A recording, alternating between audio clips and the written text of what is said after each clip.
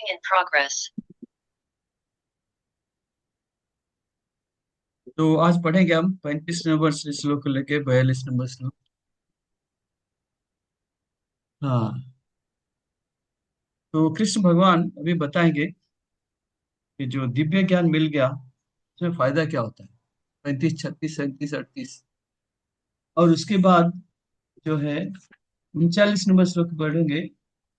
हाँ, जो भक्त है इनकी ये दिव्य ज्ञान प्राप्ति करने के क्या गुण होना चाहिए, 39 में बताऊंगा 39 नंबर श्लोक। ठीक है, तो आगे अभी इतना पढ़ते हैं फिर धीरे धीरे आगे पढ़ेंगे। इससे पहले प्रभुपाद का एक्सप्लेनेशन है थोड़ा सा, लास्ट टाइम में बताया कि नहीं बताया मेरे को याद नहीं है। जैसे बताया कि कोई भी गुरु को हम अंधविश्वास से नहीं ले सकते हैं, मैंने बताया था। अंधविश्वास क्या है, कोई भी स्वामी है वो स्वामी इधर इधर आया है सभी लोग दिखा लेते हैं मैं भी चलता हूँ, ऐसा नहीं होना चाहिए। स्वामी को पहले परखो, पहचानो, ये हमको जो गुण दिया है, गुरु का गुण क्या है ये। किवा विप्र किवा न्यासी शूद्र के न नॉय जय कृष्ण तत्व बत्ता से गुरु। कृष्ण के विषय में बोलता है कि नहीं होता है, अपने गुरु साधु शास्त्र को मानता है भी नहीं मानता है, चार परंपरा से है कि नहीं है। ठीक है, और ये जो बाचो बेगम मनसा क्रोध बेगम ये मानता है कि नहीं मानता है, तभी जाके गुरु ग्रहण करना, नहीं तो गुरु ग्रहण नहीं करना। ठीक है, लेकिन ये हमको ज्ञान पता होना चाहिए। हमारा स्कंद में अच्छा है, जितने सारे सन्यासी है ये तो 100% सन्यासी, सन्यासी का मिनिस्ट्री है, बहुत स्ट्रिक्ट में इनको देख रेख करते हैं। ठीक है, ये नहीं कि कोई आएगा मेरे को, क्योंकि हमको ये ज्ञान पता होना चाहिए। बाहर से बहुत लोग आते हैं मुझे, क्यों क्यों दीक्षा लेना है, कृष्ण कैसे दीक्षा लिया है कि कृष्ण को क्यों फॉलो करना, किसी को भी लेना जरूरी है, गुरु क्या करेगा, हम तो शास्त्र पढ़ के गुरु बन सकते हैं। नहीं, ये सब ज्ञान होगा तभी उसके साथ आप प्रचार कर सकते हो, उसको खंडन कर सकते तो मजा नहीं आया अभी तो हो। मेरा वो मार्केट में एक्टिविटी जाओगे, मार्केट में जाओ, प्रभु जी कौन बात कर रहे हैं, थोड़ा बंद करिए ना। हाँ, मार्केट में जाओगे छुरी लेके आओ, छुरी क्या, चाकू क्या, पता है तभी रहेगा तो। चाउर रहेगा। प्रभु जी आपका हाँ बातचीत आप बंद भर करिए। ले। मैंने बोल प्रभु जी कौन बात करता है, बातचीत बंद करिए, सुनिए नहीं तो आपका और निकाल देंगे। सिंपल, एक दो बार बोलने के बाद। तो अगर कोई बोलेगा 10 डॉलर का नोट देता हूँ, 10 रुपए का नोट देता हूँ, अगर 10 रुपए का नोट हमको पता नहीं तो हम कैसे समझेंगे इसको। तो इसलिए गुरु को पहले ये गुण होना चाहिए, तभी हमको गुरु ग्रहण करना चाहिए। कोई भी कुछ भी बोलेगा, गुरु बोलेगा तो हमको मानना नहीं चाहिए, यही इसका उद्देश्य है। और कोई गुरु बोलता है उसका खंडन करना चाहिए, कोई भगवान बोलता है उसका खंडन करना चाहिए। कैसे भगवान हो सकता है, तेलुगु में आते हैं सारे साउथ इंडियन अम्मा भगवान, ये भगवान, दुनिया के भगवान बन जाते हैं। ठीक है, तो एक चीज इंपॉर्टेंट है, बात बताते हैं। गुरु दीक्षा लेने के बाद संप्रदाय में हमारा सिस्टम ऐसा है कि गुरु को दक्षिणा देना है, गुरु को दक्षिणा देना है। बोलते हैं गुरु जो कि हमको इस भौतिक जगत से लेकर आध्यात्मिक जगत पहुंचने के लिए, पहुंचाने के लिए शपथ लिया है, उस गुरु को हम क्या दे सकते हैं, हमारे पास क्या है, कुछ भी नहीं है। आध्यात्मिक जगत और भौतिक जगत में ये दोनों में संपर्क रखने वाला गुरु है। और गुरु शपथ लेते हैं कि मैं मेरे शिष्य को लेके भगवत धाम पहुंच जाऊंगा, ये गारंटी देते हैं। हमारा कर्म को ले लेते हैं। ठीक है, तो इसलिए ऐसा गुरु को हम क्या दक्षिणा दे सकते हैं, कुछ भी नहीं दे सकते। ठीक है, क्योंकि पृथु महाराज जब थे इनके पास 4 कुमार आए थे, 4 कुमार इनको बहुत ज्ञान दिया, ज्ञान दिया। उसके बाद पूछे उसको क्या दक्षिणा दे सकते हैं, तो बोलते मेरे पास क्या दक्षिणा देने के लिए कुछ भी है ही नहीं, क्योंकि ये जो सारे, सारे जो राज्य हैं, प्रजा है, संपत्ति है, ये तो सब भगवान का है, मेरा अपना क्या है, कुछ भी नहीं है। मैं क्या दे सकता हूँ, खाली मैं आपको प्रणाम कर सकता हूँ। तो इसलिए आ, और क्षत्रिय राजा होता है, बोलते हैं जो राज्य सारे ब्राह्मण का है, सारे ब्राह्मण का है, मेरा अपना कुछ है ही नहीं, मैं क्या कर सकता हूँ। लेकिन हमको ये सोचना चाहिए, गुरु को पूछते हैं मैं आपके लिए क्या कर सकता हूँ, गुरु बोलेंगे आप भक्ति अच्छा करो। इस्कन संस्था का इस्कन संस्था का कैसे विस्तार होगा उसके लिए देखो, दो ही चीजें बताए, इसी में गुरु खुश होते हैं, और कुछ नहीं। आपका क्या पैसा है, क्या गाड़ी है, क्या सोना है, क्या दे सकते हैं? कुछ भी नहीं सकते। जो आपका पाप कर्म सब लेके जो भगवत धाम पहुंचाने के लिए, गुरु न सस्यात् पितरु न सस्यात्, जो आपको 100% गारंटी देते हैं भगवत धाम पहुंचाने के लिए, हाँ, तो हमको क्या दे सकते हैं? तो गुरु हमसे क्या मांगते चाहते हैं कि हम एक अच्छा, सबसे नंबर वन, पहले सबसे हम किसी का अच्छा भक्त बने।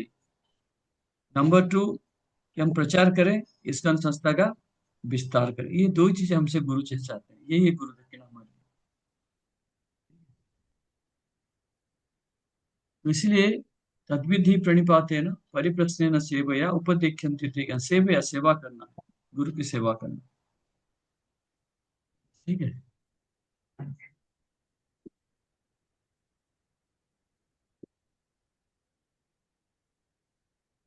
तो आप लोग गुरुराज महाराज को नहीं जानते हैं, जो कि बॉम्बे मंदिर के प्रेसिडेंट थे। प्रभुपाद जब थे, बॉम्बे जुहू मंदिर का वो बन रहा था, मिस्टर नायर जो तंग कर रहा था, वो लिखते हैं प्रभुपाद की गुणगान करते वक्त, बोलते हैं मैं तो मैं तो कृष्ण को नहीं देखा, ना चैतन्य महाप्रभु को देखा, मैं तो सिर्फ वो प्रभुपाद में आपको ही देखा है, आपको ही देखा है। तो मेरा, मैं आपके लिए सेवा करता हूँ, आपके लिए सब काम करता हूँ, मैं आपके लिए भक्ति करता हूँ। और ये जो भक्ति अपने आप परंपरा से होगी, कृष्ण के पास जाएगा। हमारे गुरु के प्रति भक्ति है, हम गुरु को डायरेक्ट देखते हैं, श्री कृष्ण को ना देखे, चाहे चैतन्य महाप्रभु को देखे, ना परंपरा को देखे। तो गुरु के प्रति इतना श्रद्धा होना चाहिए। गुरु को कैसे, जैसे भगवान जैसे जैसे पूजा करना चाहिए। अ, मैंने बताया था लास्ट टाइम, आचार्य माम भी जानिया। और गुरु कौन होते हैं? उप भगवान, बताया था सब उचारे, उप भगवान, Demi, vice God, vice Lord, ये सब चीजें याद रखना चाहिए। गुरु कोई साधारण, गुरु को कभी मनुष्य करके नहीं समझना, सालग्राम को कभी शिला नहीं समझना, गुरु को कभी मनुष्य नहीं समझना, ये सब अपराध हो जाएगा। ठीक है। ये है गुरु तत्व, पढ़ोगे धीरे धीरे तो धीरे धीरे समझ में आएगा गुरु तत्व। भागवत में लिखा है, भागवतम में भी 11 स्कंद में उद्धव को बताते हैं ये सारी चीजें। ठीक है। अभी 35 नंबर श्लोक पढ़ते हैं, 35 नंबर श्लोक पढ़ेंगे, 35। तो आपको मैंने बताया था कि 4:34, 6:34, 9:34, ये 34 नंबर को याद रखिए, 4:34, 6:34, 9:34। जैसे कि बताया, 2 अध्याय का 13, 3 अध्याय का 13, 4 अध्याय का 13, 9 अध्याय का 13, इसको याद रखना। ऐसे भी चौथा अध्याय का 34, 6 अध्याय का 34, 9 अध्याय का 34, ऐसे याद रखो, ये सारे इंपॉर्टेंट श्लोक्स है सीरियली। ठीक है। 35 नंबर श्लोक पढ़िए। गौर सेवनी माता जी, निराकार पढ़ सकते हो गौर सेवनी माता जी?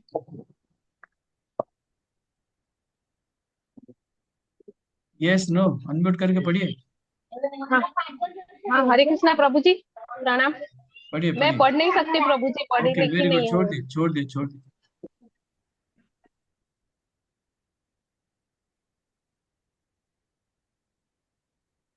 अर्पिता हुई माता जी। हरे कृष्ण। यज्जज्ञात्वा न पुनर्मोहम् एवं यास्यसि पाण्डव येन भूतान्यशेषाणि द्रक्ष्यस्यात्मन्यथो मयि। स्वरूप सिद्धि व्यक्ति से वास्तविक ज्ञान प्राप्त कर चुकने पर तुम पुनः कभी ऐसे मोह को प्राप्त नहीं होंगे, क्योंकि इस ज्ञान के द्वारा तुम देख सकोगे कि सभी जीव परमात्मा के अंश स्वरूप है, अर्थात वे सब मेरे हैं। तो ज्ञान प्राप्ति करने का पद क्या मिलेगा? 35 नंबर में क्या बोलते हैं? यज ज्ञात्वा न पुनर्मोहम एवं यास्यसि पांडव, पांडव मतलब अर्जुन, ये न भूतानि अशेषाणि द्रक्ष्यसि आत्मनयो मयि। यज ज्ञात्वा न पुनर्मोह, ज्ञात्वा मतलब जो जानकर, ज्ञात्वा मतलब जानकर, गत्वा मतलब जाकर। तो क्या जान गए हम? दिव्य ज्ञान। गुरु ने दिव्य ज्ञान जस्ट ज्ञात्वा ना पुनर्मोह। दिव्य ज्ञान मिल गया तो हमको क्या मिल गया? मैं भगवान का सेवक हूँ, माया में नहीं फंसेंगे।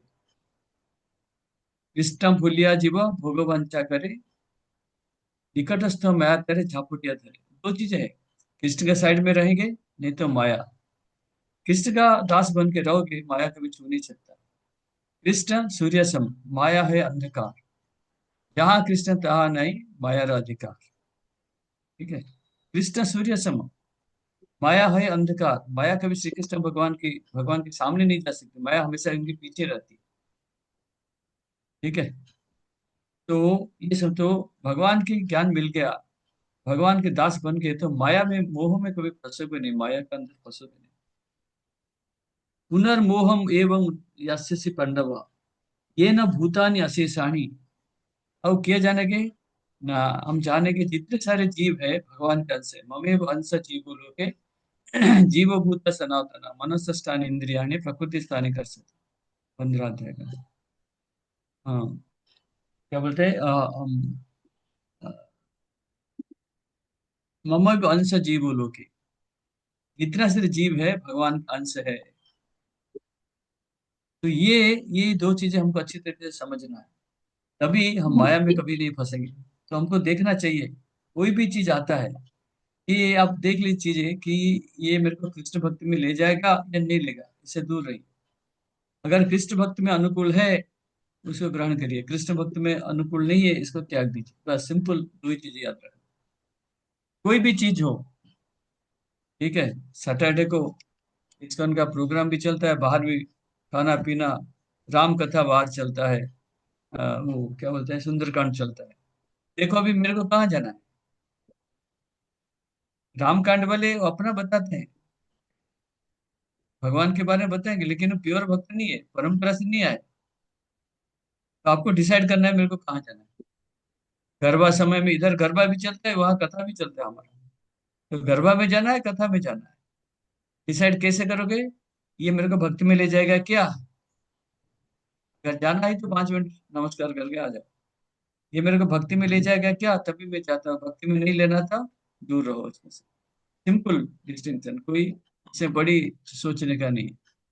हर जगह ये खाना, ये खाने से मेरे को भक्ति में खाना ले जाएगा क्या? भगवान का प्रसाद है क्या? वो बोलेंगे हाँ प्रसाद तो है, कहाँ का प्रसाद है ना? वो माता का प्रसाद है। नहीं नहीं, माता का प्रसाद नहीं चलेगा। सिंपल त्याग दो इसको। एक ही याद रखना, जो भी कार्य करोगे मेरे को कृष्ण भक्ति मिलेगा, अनुकूल है तो ग्रहण करना, और प्रतिकूल तो ग्रहण नहीं करना। ये न भूतानि अशेषाणि द्रक्ष्यसि मयि मनोमयि। बोलते ये दो चीजें जो जान गया, ज्ञान प्राप्ति करने के बाद क्या है? ना मोह में नहीं फंसेगा, माया में नहीं फंसेगा, और जानेगा सारे जीव भगवान के अंश है। इतना जानेगा, ये दो इंपॉर्टेंट चीजें, इसको याद रखिए। ठीक है, माया मतलब, माया मतलब जो नहीं है, माया मतलब जो नहीं है। माया के बारे में चर्चा करेंगे थोड़ा सा, एक 7 अध्याय में माया का पूरा पूरा चर्चा करेंगे।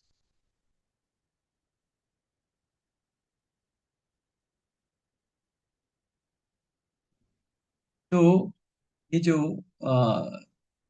कई लोग बोलते हैं ब्रह्म ब्रह्म निराकार को भी भगवान मानते हैं।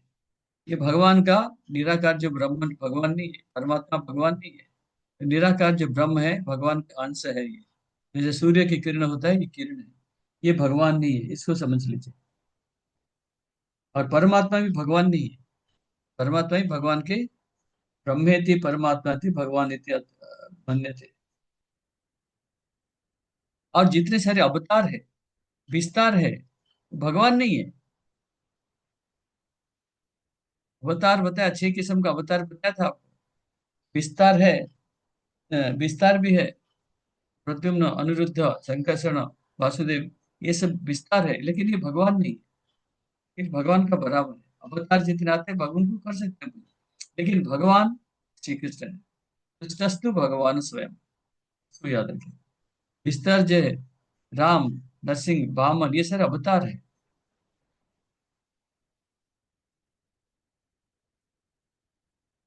मायावादी लोग क्या सोचते हैं, ये इस पॉइंट को थोड़ा याद रखना है इस श्लोक में।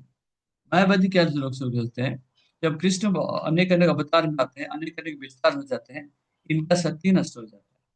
बोलते इतने सबके शरीर में परमात्मा के रूप में गए, इनका सत्ता, इनका शक्ति बिल्कुल जीरो हो गया। ये मायावादी फिलोसफी। लेकिन इनको पता नहीं है, एब्सोल्यूट स्टेट में, परम सत्य के स्तर पे, 1 + 1 + 1 = एक, और एक जोड़ना एक मतलब एक ही रहेगा, एक से एक माइनस करने से एक ही रहेगा।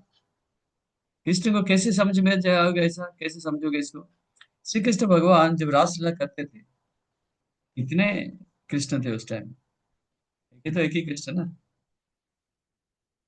रानियां थे, कितने कृष्ण बन गए?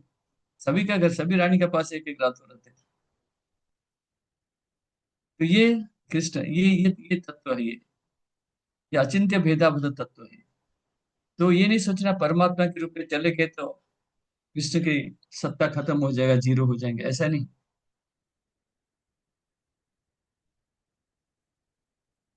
इसलिए हम माया में फंस जाते हैं।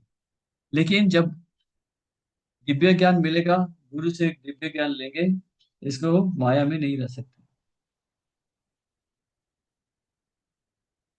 हम सोचते हैं, अर्जुन क्या सोचता है? अर्जुन क्या सोचता है? बोला मेरे काका, मेरे पितामह, मेरा गुरु, मेरा भाई, मेरे मामा, ये सब मेरे लिए इम्पोर्टेंट है।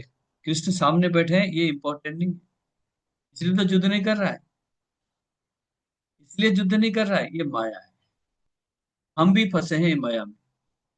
ये मेरा घर है, ये मेरा परिवार है, ठीक है, मेरे पति, मेरे पत्नी, मेरे भाई, मेरे बेटा, ये सब मेरे माया में फंसे हुए हैं। कितने दिन तक, कब से? ये पिता माता सब एक साल एक जीवन में रहते हैं, सब बड़ी मुश्किल से 20-25 साल इकट्ठा रहते हैं। उसके बाद सब निकल जाते हैं एक दूसरे से। शादी हुआ, सब छोड़ के कहीं कहीं चले जाएंगे, उसके बाद पूछना नहीं, देखना नहीं, ऐसे भी होता है कभी। लेकिन इसको हम पकड़ के रखे हैं कि हमारा ये परिवार है, ये हमारा दुनिया है, मेरा मंत्री है, मेरा राजा है, इसमें करते करते सब बैठे हैं। ये सब माया है, जो असली नहीं है। ये भ्रम में हम फंसे हुए हैं।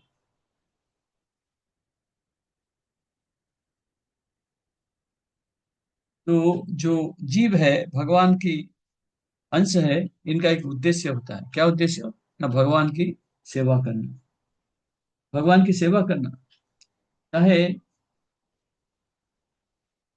भगवान को अनेक जन्म से भूल गए, इसलिए हमारा क्या होता है, अलग अलग शरीर में, कभी मनुष्य, कभी पशु, कभी देवता, कभी राक्षस, कभी असुर। हाँ, और भगवान को भूल गए। भगवान को भूल गए मतलब भगवान की सेवा भी छूट गया। तो जब हम दिव्य ज्ञान प्राप्ति करते हैं, भगवान को याद करते हैं, भगवान का सेवा करना चालू करते हैं, तो ये जो ज्ञान है कि भगवान के हम अंश है, भगवान के सेवक है, और दोबारा भगवान को याद करना, इनको सेवा करना, यही है दिव्य ज्ञान। और ये कहाँ से मिलेगा? ये गुरु से प्राप्ति होता है, ये गुरु से प्राप्ति होता है। देखिए, आपका जो तात्पर्य है, तात्पर्य का जो सेकंड पारा है, सेकंड पारा 8 लाइन से लेके 8 सेंटेंस, 8 नंबर सेंटेंस लाइन से लेके 12-15 तक इसी के ऊपर लिखा है, पढ़ लेना। इसका जो तात्पर्य है, सेकंड पारा है, सेकंड पारा का 8 लाइन देख लीजिए। लाइन 1, 3, 3, 6, 2, 8, 8 से लेके 10-12 लाइन उसमें लिखा है, इसको पढ़ लीजिए, ये आपको क्लियर करेगा आपको।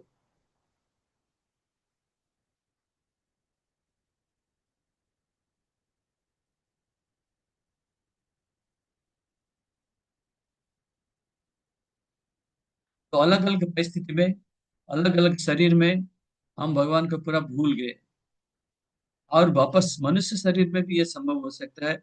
जब गुरु के पास जाते हैं, गुरु कृपा करते हैं, दिव्य ज्ञान देते हैं, दीक्षा देते हैं, तभी कृष्ण को हम याद कर सकते हैं। ये असली असली इंपॉर्टेंट चीज, ये फायदा है। ज्ञान के बाद ये फायदा होता है, ये मिल जाता है।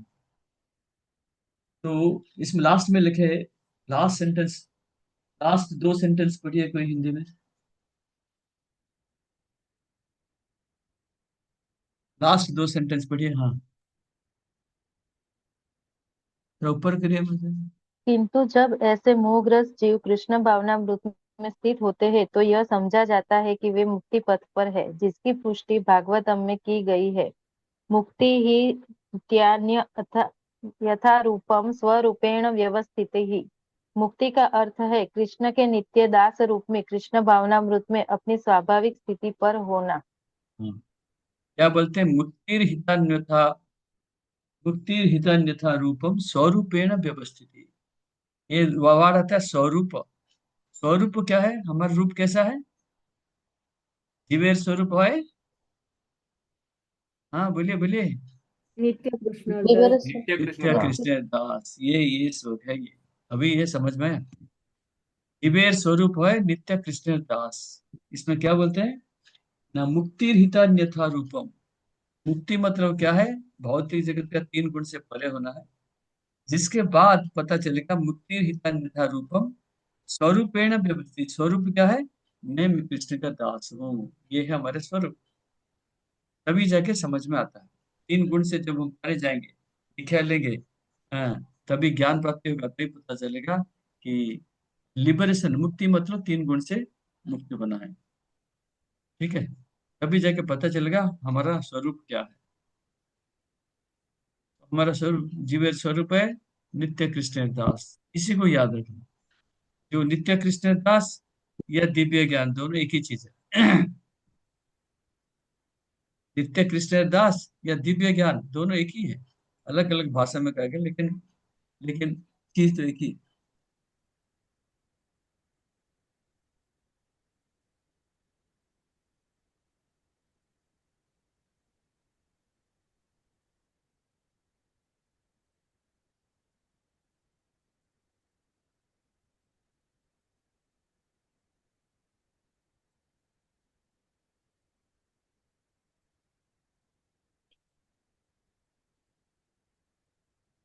तो हमको क्या करना है, इसी स्थिति में करना पड़ेगा ना, हम कृष्ण से आए हैं और हम इनके शाश्वत, हमें वंश जीव लोग जीव भूत सनातन। सनातन मतलब क्या, इटरनली ऑलवेज, हमेशा कृष्ण के दास है, अंश है। लेकिन समस्या क्या हो गया, भूल गया हम। समस्या क्या है, भूल गया हम। तो जो बड़े बड़े बाप का लोग क्या सोचते हैं, कृष्ण मेरे हैं अब मैं कृष्ण का हूं। हमको भी ऐसे ही सोचना चाहिए।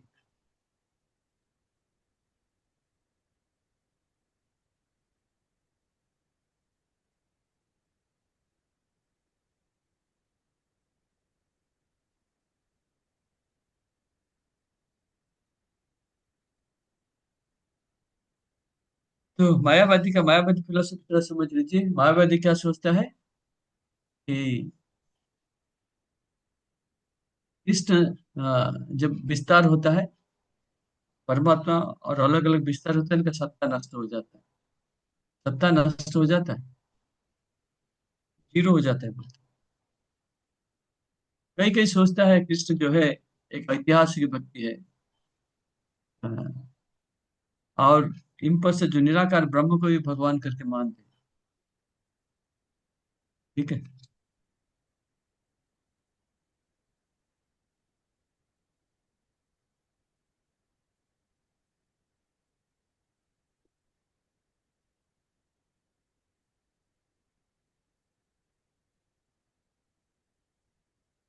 ओके। कोई प्रश्न है किसी का?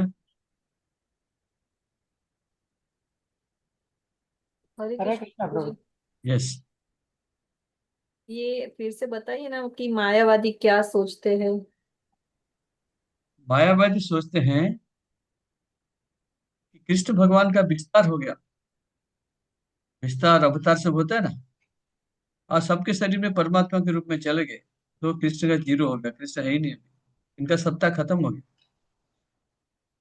ठीक, ये पहला पॉइंट।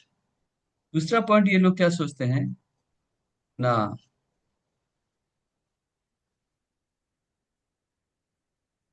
हाँ, कई लोग सोचते हैं, हाँ, ये लोग को समझ में नहीं आता है कृष्ण परम भगवान है, परम सत्य है। परम सत्य में क्या होता है, जैसे बता, एक से जोड़ने से, एक से एक जोड़ने से एक ही रहेगा, एक से एक माइनस करने से भी एक ही रहेगा। ये ज्ञान इनके पास नहीं है। ठीक है, और क्या सोचते हैं ये लोग, सोचते हैं कृष्ण एक ऐतिहासिक व्यक्ति है, ये भगवान नहीं है। और यह सोचते हैं परम सत्य जो है ब्रह्म है, निराकार ब्रह्म है। ये इनका मायावादियों का ये इनका विचारधारा है। सोचते हैं भगवान नहीं है, भगवान क्या है, परम सत्य क्या है, निराकार ब्रह्म है। ठीक,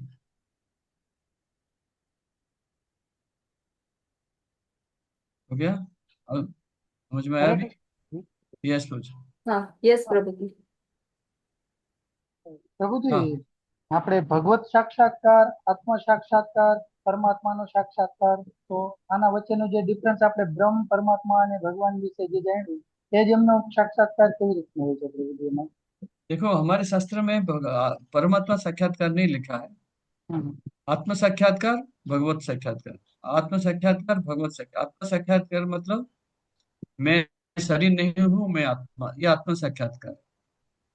ठीक है। હમ.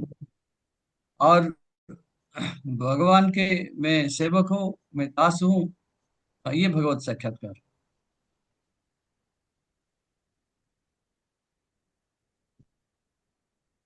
ठीक है। Yes, thank you, Prabhuji. Okay, और कुछ? हरे कृष्णा प्रभु जी।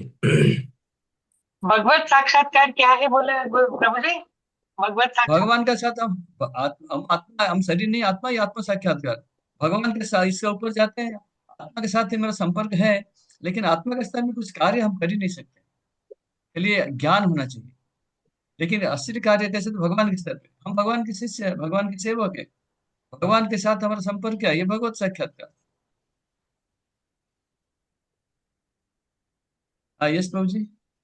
પ્રભુજી અવતાર અને વિસ્તારની અંદર શું ડિફરન્સ રહે, मतलब કઈ રીતે આપણે અલગ કરી શકીએ? देखो, अवतार मतलब अवतरण करते हैं, ऊपर से नीचे आते हैं। जो क्षीरोदकसाई विष्णु है, तीन विष्णु बताया था आपको, कारणोदकसाई विष्णु, गर्भोदकसाई विष्णु, क्षीरोदकसाई विष्णु। क्षीरोदकसाई विष्णु से ये अवतार से बात है, जैसे कि उन्होंने बताया था कि लीला अवतार, पुरुष पुरुष अवतार, ये सब अवतार से अवतरण करके आते हैं। राम, नरसिंह, वामन, कच्छप, मत्स्य, ये जितने से अवतार वहां अवतरण करके पृथ्वी में आते हैं, इसलिए इसका अवतार हो गया। ठीक है। विस्तार मतलब कृष्ण का दाहिने साइड से विस्तार होता है, एक्सपांशन, एक्सपांशन। जैसे प्रथम है बलराम, उसके बाद है वासुदेव, संकर्षण, प्रद्युम्न, अनिरुद्ध। फिर वासुदेव, संकर्षण, प्रद्युम्न, अनिरुद्ध। बाएं साइड में आते हैं राधा रानी, राधा रानी से आते हैं गोपियां, गोपियां से आते हैं लक्ष्मियां, फिर रानियां, ऐसे आते हैं। विस्तार है, विस्तार पैरेलल चलता है, अवतार नीचे जाता है, नीचे की तरफ। अवतार मतलब अवतरण करते हैं, ऊपर से नीचे आता है, अवतरण करते हैं।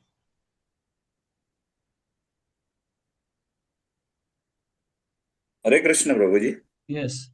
ये वासुदेव, संकर्षण, अनिरुद्ध जो अलग प्रद्युम्न, अलग है वो चारों? हाँ नेचुरली। ओके प्रद्युम्न भगवान का बेटा है, उनके बेटे का बेटा अनिरुद्ध है। Okay okay. પ્રભુજી વિસ્તાર આપણે એવું કહીએ કે ભગવાનની સમાન ગણી શકીએ, ભગવાન ના ગણી यस, શકીએ। विस्तार समान અવતાર છે એ भगवान ભગવાन, का इक्वल गुण रहता है विस्तार में। અને अवतार तो આપણે भगवान જ ગણી શકીએ ને, अवतार। अवतार को भगवान गण सकते हैं, लेकिन अवतार भगवान से कम होते हैं गुण में। हम्म। ठीक है, आगे चल के बताएंगे, कला गुण सब बताएंगे आपको धीरे धीरे। ठीक है। अवतार क्या है? संसार में भगवान आते हैं कष्ट दूर करने के लिए, भक्तों को प्रेम देने के लिए। परित्रणाय साधूनां विनाशाय, जब जिस जगह में जो आवश्यक है उसी से, कभी मत्स्य तो कभी कच्छप, कभी वामन तो कभी नृसिंह, कभी राम तो कभी नारायण, सब अलग अलग अवतार, जो स्थान काल पात्र के हिसाब से जो चाहिए वही इसी हिसाब से वो आते हैं, अवतरण करते हैं। भक्त का कष्ट दूर करेंगे और उसके साथ लीला करेंगे, उद्देश्य एक ही है, धर्म का रक्षा करेंगे। ठीक है। और कुछ? तो 36 नंबर पढ़िए, 36 नंबर प्रभा मैडम पढ़िए।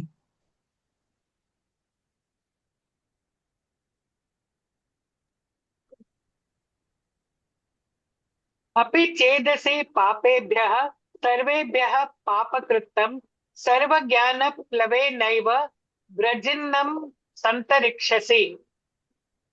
यदि तुम्हें समस्त पापियों में भी सर्वाधिक पापी समझा जाए तो भी तुम दिव्य ज्ञान रूपी नाव में स्थिर होकर दुख सागर को पार करने का समर्थ होगे।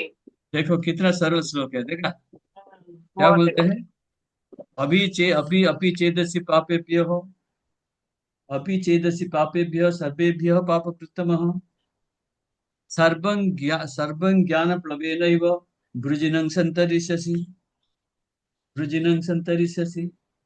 बोलते अपि चेदसि पापेभ्य सर्वेभ्य पापकृत्तम, अगर आप पापी हो, और कैसा पापी? सर्वेभ्य हो, जितने सारे पाप करने वाले सबसे बड़ा पापी अगर आप है, पापियों में सबसे, सर्वेभ्य पाप कृत्तम, उत्तम उत्तम पापी, कृत्तम बहुवचन सुपरलेटिव डिग्री में है, जितने पापी हैं उसमें से सबसे बड़ा पापी आप क्यों न हो। ये बताया ना आपने पहले, क्या श्लोक बताते हैं? हाँ, आप अगर अपने आप को सबसे बड़ा, जितने पापियों से सबसे बड़ा पापी समझते हो, फिर क्या बोलते? सर्वज्ञान प्लवे नैव, प्लब प्लब क्या होता है? नाव। प्लब मतलब नाव होता है। ये ज्ञान मतलब, ये सर ये जो चैप्टर में बोलते हैं ज्ञान बोल लिखा है, लेकिन ये सर दिव्य ज्ञान, दिव्य ज्ञान रूपी नाव में आप बैठ गए। दिव्य ज्ञान रूपी, पापी सबसे बड़े पापी हो, लेकिन दिव्य ज्ञान रूपी नाव में बैठ गए, क्या बोलते हैं? गुरुजीनं संतरिष्यसि, तरिष्यसि, तैरना क्या होता है? पार करके चले जाओ। संतरिष्यसि होता है पार करके चले। गुरुजीनं मतलब ये भौतिक जगत को, गुरुजीनं मतलब उसे नाम मिजरी, ये भौतिक जगत का जो कष्ट को पार करके चले जाओ।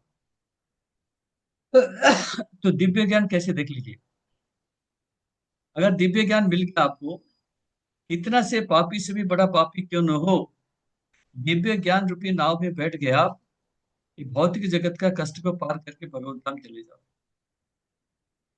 सिंपल, कितना सरल बता दिया। ये ज्ञान प्राप्ति करने के लिए दो फायदा हुआ। 35 नंबर बता एक, अभी दूसरा अभी 36 नंबर में बता।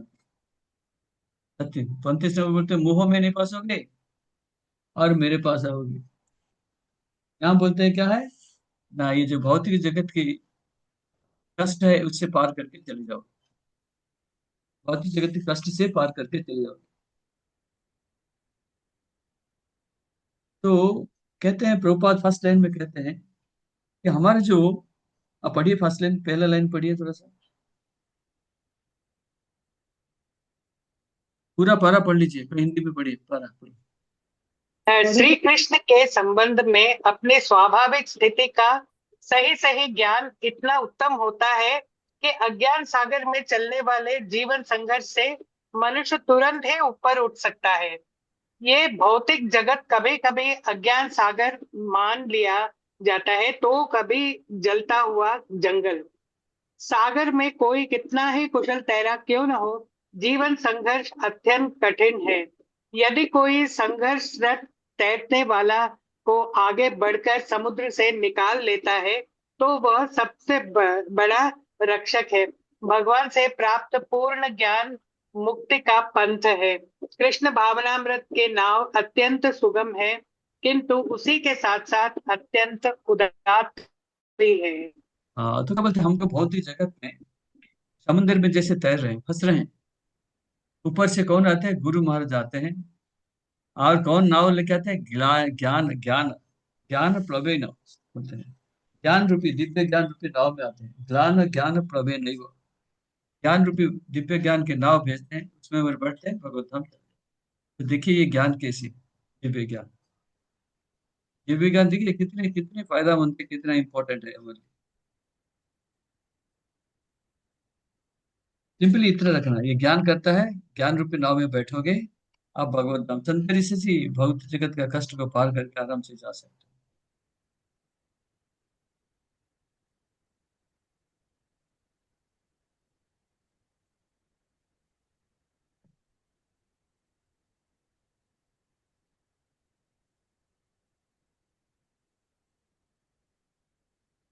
यहाँ और भी थोड़ा सा एक्सप्लेनेशन देते हैं कि भगवान कहते हैं जिसका हृदय प्यूरिफाइड पवित्र हो गया, बोलते हैं जिसका दिव्य ज्ञान से जिसका हृदय पूरा परिपूर्ण क्या हो गया, संपूर्ण रूप से पवित्र हो गया, उसका अंदर जो भी छोटा मोटा प्रारब्ध कर्म है, कर्मफल पहले जन्म का बचा हुआ है, क्या कहता है, उसको मैं संपूर्ण रूप से दिव्य ज्ञान से नष्ट कर देता हूँ। और जो दिव्य ज्ञान है, ये 36 नंबर है ना? हाँ नहीं सर, ये बताते हैं। तो विश्वनाथ चक्रवर्ती ठाकुर कहते हैं, अगर कोई पाप कर्म करता है, इसका हृदय कैसे पवित्र हो सकता है? और उसका हृदय पवित्र नहीं होगा तो ज्ञान कैसे मिलेगा? और ये ज्ञान मिल गया, ज्ञान मिलने के बाद वो कभी गलत कार्य कर ही नहीं सकता है। पता है क्या बताते हैं विश्वनाथ चक्रवर्ती ठाकुर? बोलते हैं, अगर कोई इतना पापी है, इसका हृदय कैसे पवित्र होगा? और हृदय पवित्र बिना पवित्र किए हुए वो इसको कैसे ज्ञान मिलेगा?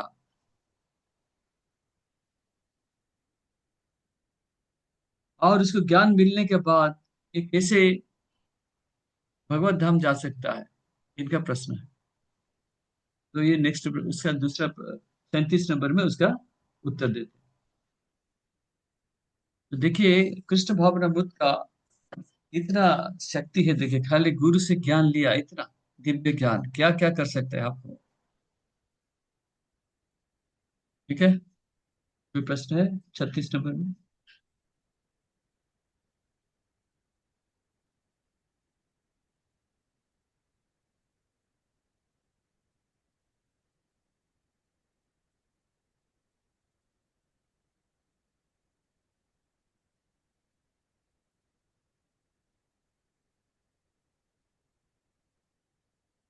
कोई संदेह है, कोई प्रश्न है इसमें 36 नंबर में?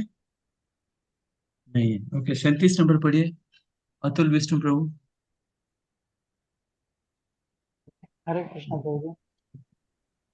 यथेदांसि संविदग्नि भस्मसात् कुरुते अर्जुन ज्ञानाग्निशर्वकर्माणि ભસ્મસાત કુરુતે તથા જેવી રીતે ભડકે બળતો અગ્નિ લાકડાને બારીને ભસ્મ કરી દે છે, તેવી રીતે હે અર્જુન, જ્ઞાનરૂપી અગ્નિ પણ ભૌતિક કર્મોના સર્વ ફળોને બારીને ભસ્મ કરી દે છે. यस, क्या बताते हैं? जथे धंसी समिद्धाग्नि भस्मसात कुरुते अर्जुन ज्ञानाग्नि सर्वकर्माणि भस्मसात कुरुते तथा। जथे धंसी मतलब जो लकड़ी आग लग गया, वो समिध मतलब लकड़ी, ब्लेचिंग, समिद्धा, समिद्धा मतलब लकड़ी, आग लग गया। वो लकड़ी में जो आग लग गया उसमें कुछ भी डालो, वो क्या करता है? सबको राख कर देता है। आग में आप कुछ भी डालो, आग करेगा नहीं करेगा? राख कर देगा, जल जाएगा पूरा। ऐसे भी कहते हैं, ज्ञानाग्नि ही सर्वकर्माणि। ज्ञान रूप की जो अग्नि है, ज्ञान कौन सा? ज्ञान मतलब दिव्य ज्ञान है, साधारण ज्ञान नहीं। ज्ञान मतलब चौथा अध्याय में दिव्य ज्ञान। ज्ञानाग्नि ही सर्वकर्माणि, हमारे पूर्व जन्म के जितने कर्म है, सर्वकर्माणि मतलब भस्मसात कुरुते जथा, सब जितने कर्म है सबको क्या करेगा? जला के राख कर देगा। ज्ञान सर्वकर्माणि मतलब क्या मतलब समझते हो? बताइए, सर्वकर्माणि का क्या अर्थ होता है? हाँ? સમગ્ર सभी પાપ प्रकार કર્મ के જે કઈ कर्म, કહેતા છે. બધા हाँ? બધા જન્મોના सभी प्रकार के कर्म, सभी प्रकार कर्म मतलब भौतिक जो कर्म होते हैं या पिछले जन्म के जो भी कर्म होते हैं वो। देखो, कर्म मतलब कर्म से दो चीजें मिलता है, एक पाप मिलता है या पुण्य मिलता है।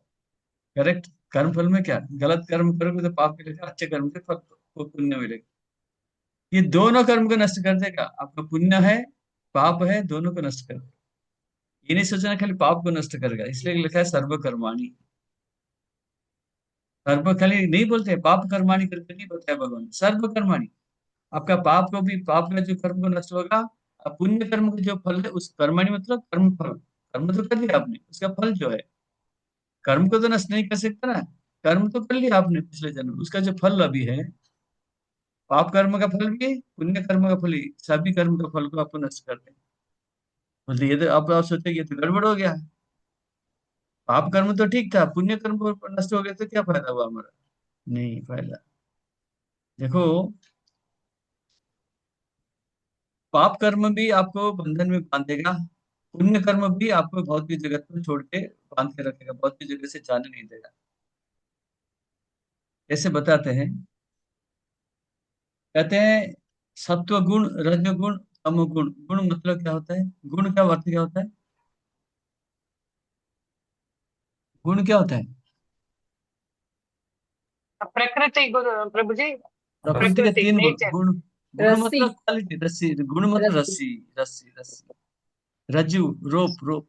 और एक गुण होता है क्वालिटी, अच्छे गुण होता है, खराब गुण होता है। तो गुण कैसे? सत्व गुण मतलब, चाहे ये हमारे गुरु महाराज बोलते हैं, अगर हाथ में जेल में जाना है, किसी को सोने के जंजीर में बांध दिया, किसी को चांदी की जंजीर में बांध दिया, किसी को लोहे की जंजीर में बांध दिया, लेकिन जंजीर में तो बांधा हुआ है ना, फल तो एक ही हुआ ना। जेल में जाओ, ए क्लास बी जेल में जाओ, बी क्लास जेल में जाओ, सी क्लास जेल में जाओ, लेकिन जेल में ही तो गया ना, बंद गए ना। जहर पीना है, चले सोने के प्याला में पियो, चांदी के प्याला में पियो, या स्टील के प्याला में जहर पियो, परिणाम तो एक ही है ना। कोई नहीं बोलेगा अरे मैं सोने के गिलास में जहर पी रहा हूँ मेरे को सोने का जंजीर में जेल जा रहा हूँ, कोई ऐसा आनंद आएगा उसको? जेल ही जा रहा है ना आखिर तो। ये गुण का काम है बांधना, चाहे सत्व गुण हो, चाहे रजो गुण हो, चाहे तमो गुण हो। इसलिए कहते हैं सर्वकर्मे भ्यो, सर्व सर्वकर्माणि। तो पाप कर्म का फल, पुण्य कर्म का फल, दोनों को भगवान नष्ट करते हैं। तो दोनों नष्ट होएगा तभी तो भगवत धाम जाएंगे। तो जते धनसी समित अग्नि भस्मसात कुरुते अर्जुन, ज्ञानाग्नि सर्वकर्माणि भस्मसात कुरुते। ये जो दिव्य ज्ञान मिला हमको, ज्ञान, दिव्य ज्ञान, भगवान श्री कृष्ण है, हम इनके सेवक है, हमारा काम सेवा कर। ये दिव्य ज्ञान जो मिला, ये क्या है? ये ज्ञान में सारे कर्म को नष्ट कर देगा आपको, अच्छा कर्म बुरा कर्म, यही तो चाहिए हमको, तभी तो भगवान जा सकते हैं। ठीक है। इसमें जो पाप कर्म होता है, पाप कर्म में 3-4 स्टेज होता है, पढ़ेंगे आगे, थोड़ा 7 अध्याय में पढ़ेंगे श्लोक आगे। पाप का पाप का बीज होता है, बीज होता है, बीज जैसे एक पेड़ होता है, पेड़ में बीज होता है, बीज डालते हैं, बीज से पेड़ निकलेगा, शाखा प्रशाखा निकलेगा, फूल निकलेगा, फल निकलेगा। फल अल्टीमेट है, फल हमको खाना है। तो पाप कर्म का बीज डालेंगे, टाइम लगता है, पाप कर्म से पत्ते निकलेगा, फिर बीज निकले, फिर फल, फूल निकलेगा, फल लगेगा। पाप का फल मतलब हमको भोगना पड़ेगा। तो कूटस्थ बीजम कूटम बीजम, कूटम बीजम कूटम, फलोन्मुखी, 3-4 स्टेज है, आगे बताऊंगा मैं। तो ये सारे नष्ट हो जाता है। जो ये ज्ञानाग्नि की तरह फल भी नष्ट हो गया, पेड़ भी नष्ट हो गया, बीज भी नष्ट हो गया। देखो पाप का क्या क्या नष्ट होता है? पाप का एक अगर नीम का पेड़ डालोगे, बीज डालोगे, बीज, पेड़ निकलेगा, फूल निकलेगा, फल निकलेगा। तो ये ज्ञान के द्वारा फल भी नष्ट होगा, पाप कर्म का फल, फूल भी जाएगा, पेड़ भी जाएगा, बीज भी नष्ट हो गया। बीज नष्ट हो गया मतलब ये दोबारा कभी आओ उगेगा नहीं है। अगर ये फल ही नष्ट हो जाएगा, बीज पड़ा है अंदर, दोबारा आ सकता है, दोबारा आ सकता है। जैसे कि आपको भक्ति रसम सिंधु में भी ये पढ़ा हूं मैं। जैसे कोई व्यक्ति वेश्या का घर में जाता है, भूखता है, आने के बाद उसको बीमार हो जाता है, HIV, सिफिलिस, सिफिलिस गन बहुत हो जाता है। वो क्या करता है? थोड़ा पैसा देता है, डॉक्टर के पास जाता है, इंजेक्शन दवा करता है, बीमारी ठीक हो जाता है। बोलते तो बड़ा अच्छा है, क्या प्रॉब्लम है? थोड़ा पैसा देने से मेरा बीमारी ठीक हो गया, मैं दोबारा जा सकता हूँ। तो ये जो पाप करने की जो प्रवृत्ति है मन में, बीज बीज डाला हुआ है मन में, कि मैं दोबारा जाके भोग कर सकता हूँ, ये जो मन में जो बीज डाला है, वो अभी नष्ट नहीं हुआ। दवाई लिया, बीमारी ठीक हो गया, लेकिन ये जो ज्ञान है, दिव्य ज्ञान, वो क्या करेगा?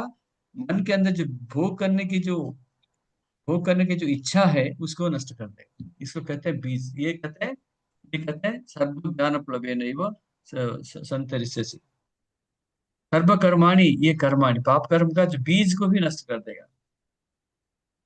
आया समझ में? अभी नहीं समझ में? नहीं आया? Yes no? यस प्रभु जी। नहीं होगा तो दोबारा बताता हूँ। देखो, वेश्या के घर में जाना पाप कर्म है। सबसे पहले क्या आता है, मन में सोचता है, अरे उधर जाके थोड़ा भोग करना, मेरे को इंद्रिय तृप्ति करना, पहले सोचता है, फिर जाके करता है। आने के बाद फल क्या मिलता है? बीमारी मिलता है उसको। बीमारी मिला, फल मिल गया, फल होता है बीमारी। बीमारी मिल गया तो जाके डॉक्टर के पास पैसा देता है, इलाज करके आ जाता है। इलाज जब हो जाता है, बता रही तो अच्छा सिस्टम है, क्या प्रॉब्लम?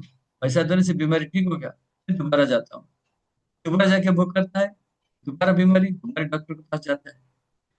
तो डॉक्टर के पास जाने से बीमारी ठीक हो गया, लेकिन मन में भोग करने की जो पाप करने की प्रवृत्ति है, बीज डाला हुआ है मन में, वो तो जैसे कि तैसे है ना। तो वो कैसे नष्ट होगा? ये ज्ञान से, दिव्य ज्ञान से ये नष्ट हो सकता है। समझ में आया?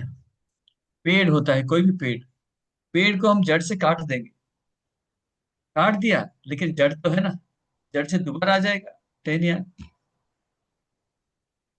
इसलिए कहते हैं सर्व कर्माणि, पूरा का पूरा जड़ से नष्ट करेगा ये दोबारा पढ़ेंगे, भक्ति रसामृत सिंधु में आएगा। ठीक है, समझ में आया? Yes, no?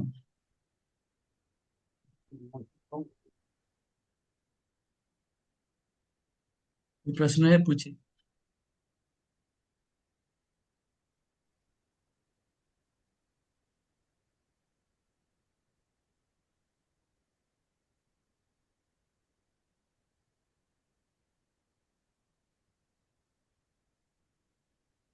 तो ये जो ज्ञान कैसा कि दिव्य ज्ञान, क्या आपका पाप कर्म का फल भी नष्ट करता है, पुण्य कर्म का फल भी नष्ट करता है, और जो बीज है भोग करने का, जो पाप करने का जो प्रवृत्ति है, उसको भी नष्ट कर देता है।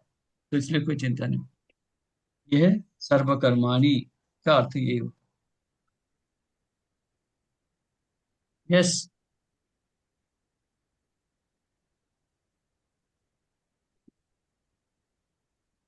ओके, अगर हो गया तो 38 नंबर पढ़िए, अद्वैत गौर से प्रभु।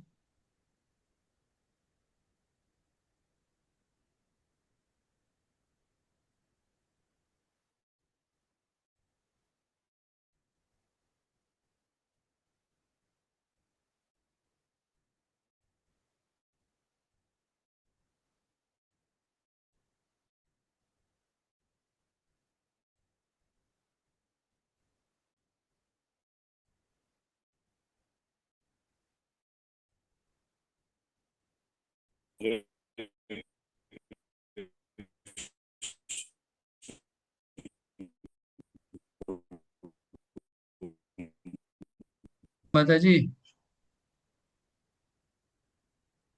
ओके, तो नहीं ज्ञानेन सदृशं पवित्रम यह विद्यते तत्स्वयं योग संसिद्ध कालेन आत्मनि विद्यति। ये पहले कहते हैं नहीं ज्ञानेन सदृशं पवित्रम यह विद्यते। और ये ज्ञान रूपी जो दिव्य ज्ञान मिला, इसके जैसा पवित्र वस्तु और कुछ है ही नहीं। ये भौतिक जगत में ये जो क्या बोलते हैं, ये दिव्य ज्ञान है, दिव्य ज्ञान जैसा पवित्र भक्ति और कुछ पवित्र वस्तु और कुछ भी नहीं है।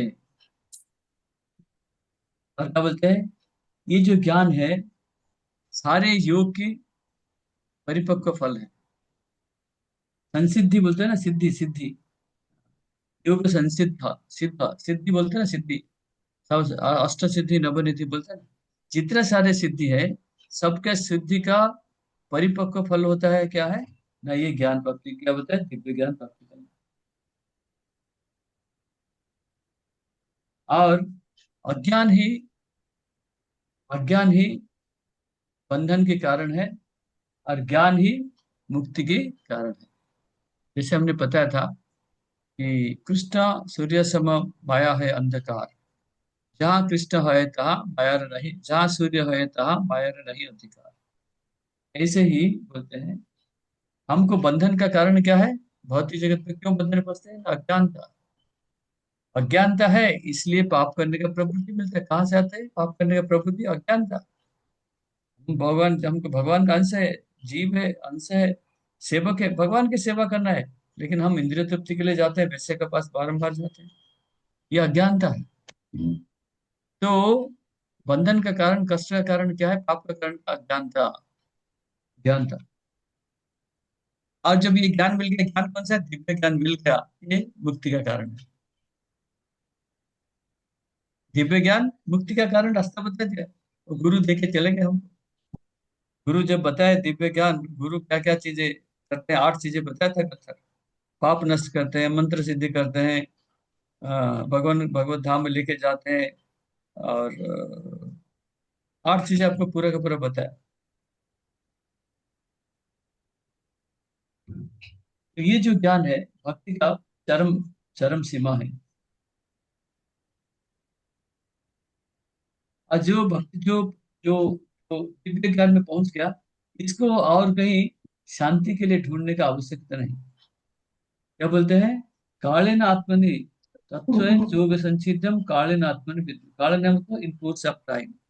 ये नहीं सोचना आज मेरे को ज्ञान मिल गया, अब मेरे को शांति मिल जाएगा, अब मैं भगवत धाम चला जाऊंगा, वो संभव नहीं है। ये नहीं सोचना है। समय चाहिए इसको।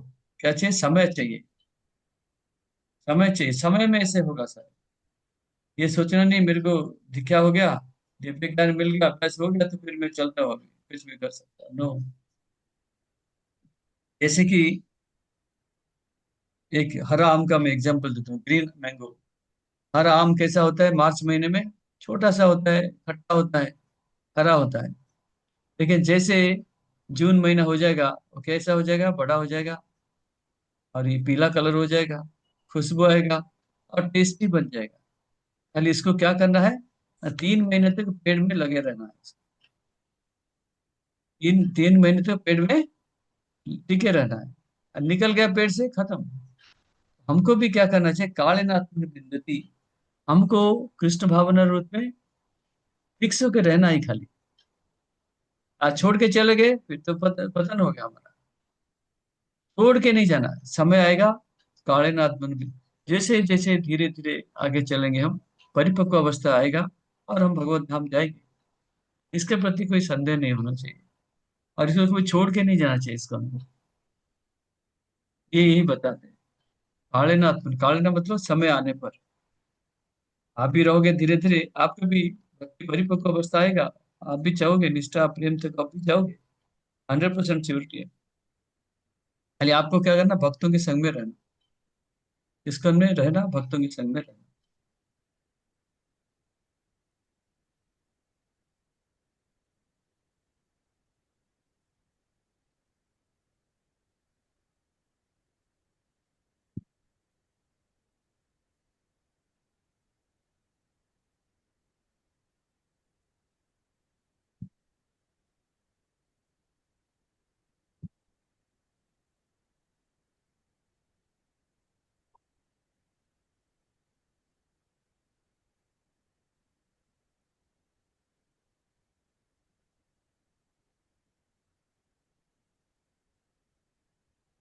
जैसे सुबह सुबह हम गुरु पूजा करते हैं, क्या करते हैं?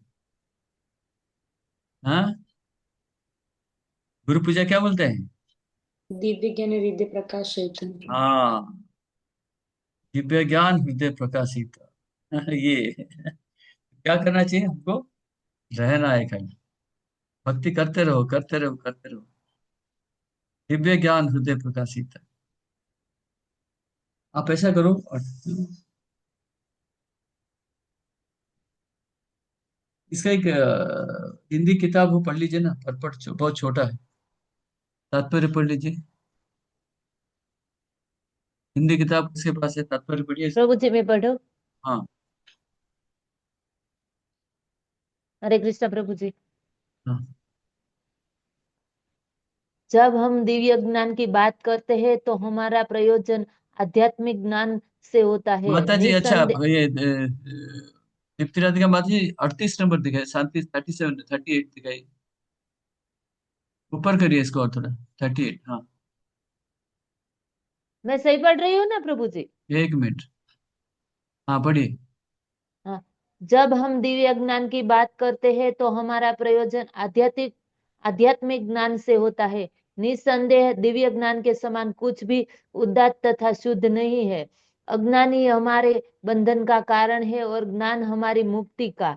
यह ज्ञान भक्ति का परिपक्व फल है।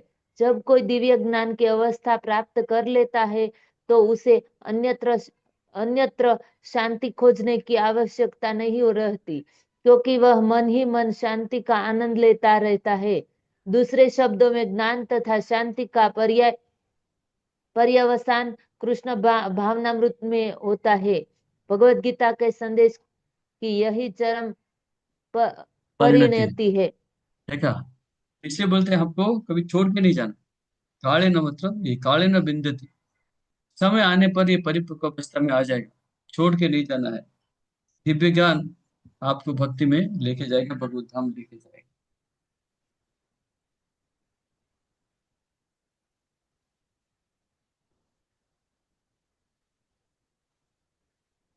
प्रोपा लिखते हैं, अभी जो ईरान में युद्ध चल रहा ना, ईरान ईरान ईरान का जो राजा था, उनके पास एक किताब था, एक किताब था। उसमें लिखा है, क्या लिखा है ना, एक किताब था जिसमें लिखा है, गुप्त में लिखा है कि मृत व्यक्ति को कैसे मृत व्यक्ति को कैसे जिंदा कर सकते हो।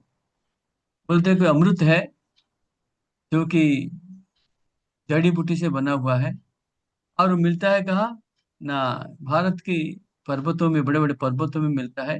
वो जब लेके आओगे, पिलाओगे, व्यक्ति अमृत बन जाएगा, मृत्यु नहीं होगा। तो राजा ने क्या किया, अपना मिनिस्टर को भेजा ढूंढने के लिए।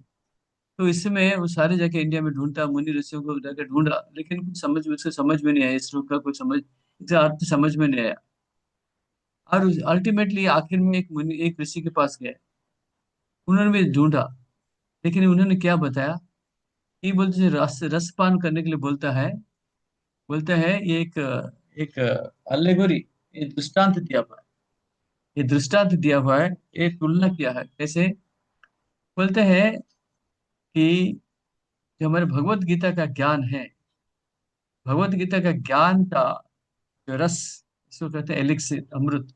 भगवत गीता का जो अमृत रस मिलेगा, जो पिला, जिसको पिलाएगा, वो क्या करेगा ना, वो अमृत अमृत बन के वो अमृत पान करेगा और भगवत धाम चला जाएगा।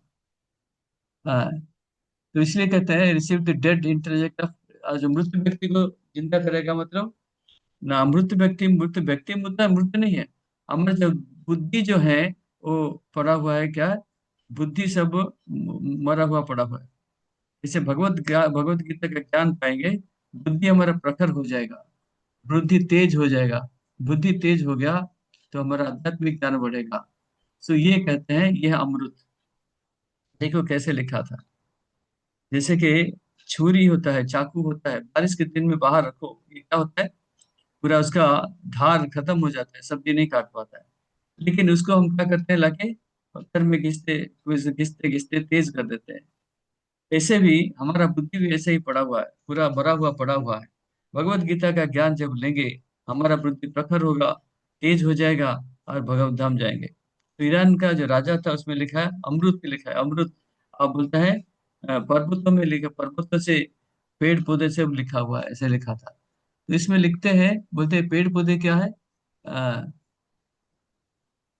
बोलते जो पर्वत में मिलता है, बोलते हैं पर्वत में लिखा है, ये पर्वत नहीं है।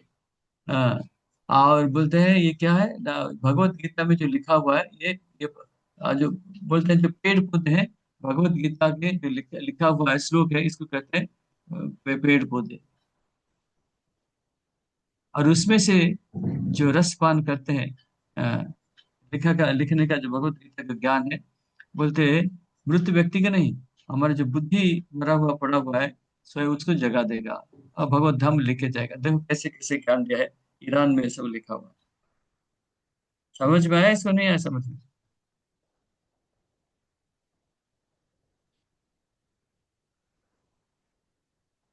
ये था 38।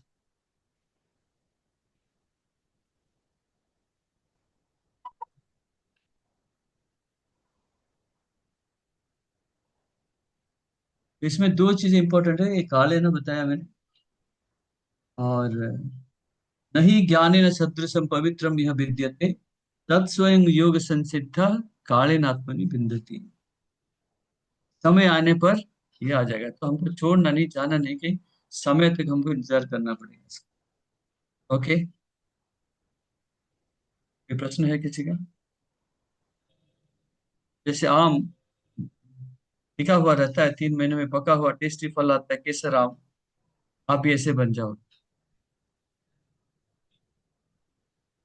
अब देखिए, जो हिप्पी हिप्पी थे उससे पहले पहले कैसे थे, अभी कैसे सन्यासी ले सन्यासी बन के सब पढ़ा रहे हैं, हमको सिखा रहे हैं, है कि नहीं?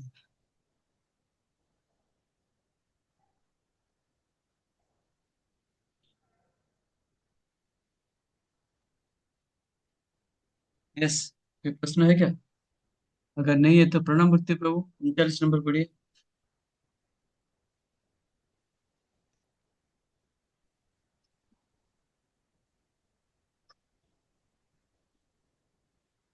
हरे कृष्ण। 39 बोलूँ मैं? हाँ हाँ, यस यस। श्रद्धा श्रद्धावान लभते ज्ञानम ततः परः स स्वयं इंद्रियाः ज्ञानम लम्बद्वा परम शांति अवि अचिरेण अधिगच्छति। અનુવાદ: જે મનુષ્ય દિવ્ય જ્ઞાન પ્રતિ સમર્પિત થયેલો છે અને જેણે પોતાની ઇન્દ્રિયોને સંયમિત કરી લીધી છે, તે શ્રદ્ધાળુ મનુષ્ય આવું જ્ઞાન મેળવવા પાત્ર છે અને તે પ્રાપ્ત કર્યા પછી તે તરત જ પરમ આધ્યાત્મિક શાંતિ પામે। तो हमने पढ़ा 34 नंबर जो ज्ञान मिला, उसका परिणाम 35, 36, 37, 38, ये कैसे परिणाम फल क्या मिलता है। 39 नंबर में बोलते हैं, ये ज्ञान प्राप्ति करने के लिए हमारे पास क्या गुण होना चाहिए। ज्ञान प्राप्ति करने के लिए हमारे लिए क्या गुण होना चाहिए, दो चीजें बताए। श्रद्धावान लभते ज्ञानम तत्पर संयतेन्द्रिय ज्ञानं लब्ध्वा परम शांति अचिरेण अधिगच्छति। पहला पहला क्वालिफिकेशन है श्रद्धावान। श्रद्धा मतलब क्या होता है? विश्वास होना चाहिए। लभते ज्ञानम, विश्वास होना चाहिए। क्या विश्वास? कि मैं कृष्ण भक्ति करता हूँ, मेरे को सर्वोच्च सिद्धि मिलेगा, यही विश्वास। श्रद्धावान लभते ज्ञानम, जिसका श्रद्धा होगा, विश्वास होगा, तभी तो ज्ञान प्राप्ति कर सकता है। श्रद्धावान लभते ज्ञानम, श्रद्धा 100% विश्वास है। मैं ज्ञान, मेरा विश्वास है कि कृष्ण भक्ति करने से सर्व कर्म कृत है। दूसरा क्या है? दूसरा दूसरा क्वालिफिकेशन गुण क्या होना चाहिए? संयत इंद्रिय, इंद्रियों को बस में रखना चाहिए। इंद्रियों को बस में रखना चाहिए, दो चीजें बस। एक तो विश्वास होना चाहिए, दूसरा होता है इंद्रियों को संयम करना चाहिए। इंद्रियों को संयम, ये दो चीजें हो गया।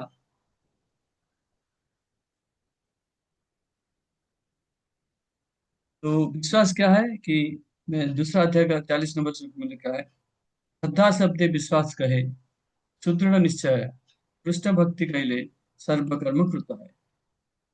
कि मैं कृष्ण भक्ति कर रहा हूँ, मेरे को जीवन का सर्वोच्च सिद्धि मिलेगा ही मिलेगा, ये विश्वास है। तो ये विश्वास करके गुरु से दीक्षा लेना है।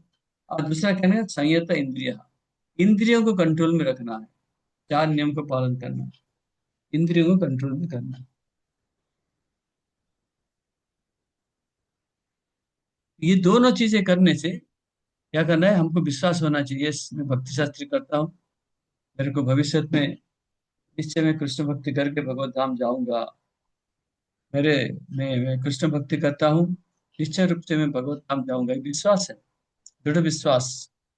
और दूसरा क्या है? संयत इंद्रिय, इंद्रियों को थोड़ा कंट्रोल करना पड़ेगा। अवैध संपर्क नहीं करना है, मांसाहार नहीं करना, जुआ नहीं करना। हाँ, ये सब जो 4 नियम है, इसको छोड़ देना। अवैध संपर्क, इसलिए कि संयत इंद्रिय। वाचो वेगं मनसा क्रोध वेगं, मनसा क्रोध वेगं जीवा उदर उपस्थ वेगम। उपस्थ मतलब जननेन्द्रिय, इसको कैसे कंट्रोल करना है।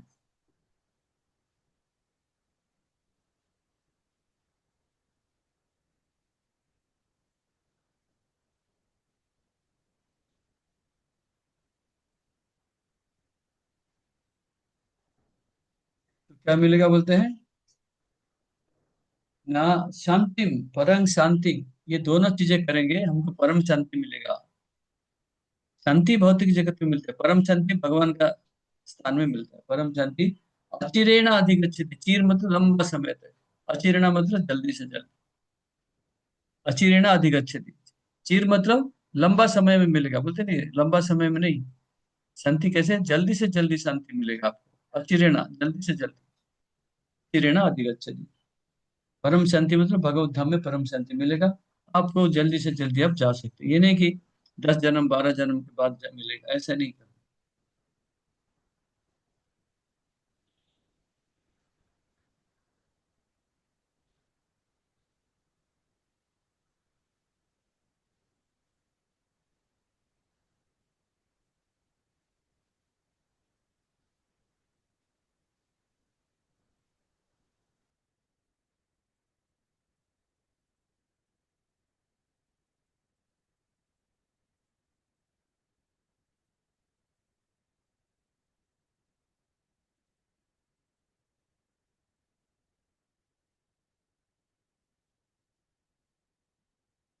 तो पहले पहले जब ज्वाइन करते हैं हम, भक्ति करते हैं, उस टाइम में इतना हमारा विश्वास नहीं होता है, अनर्थ रहता है वासना, अनर्थ रहता है, काम क्रोध लोभ मोह सब रहता है। लेकिन धीरे धीरे जब आगे चलेंगे, पढ़ेंगे, सत्संग करेंगे, शास्त्र का अध्ययन करेंगे, हमारा क्या आ जाएगा? हमारा उत्साह आ जाएगा। हमारा क्या आ जाएगा? अ,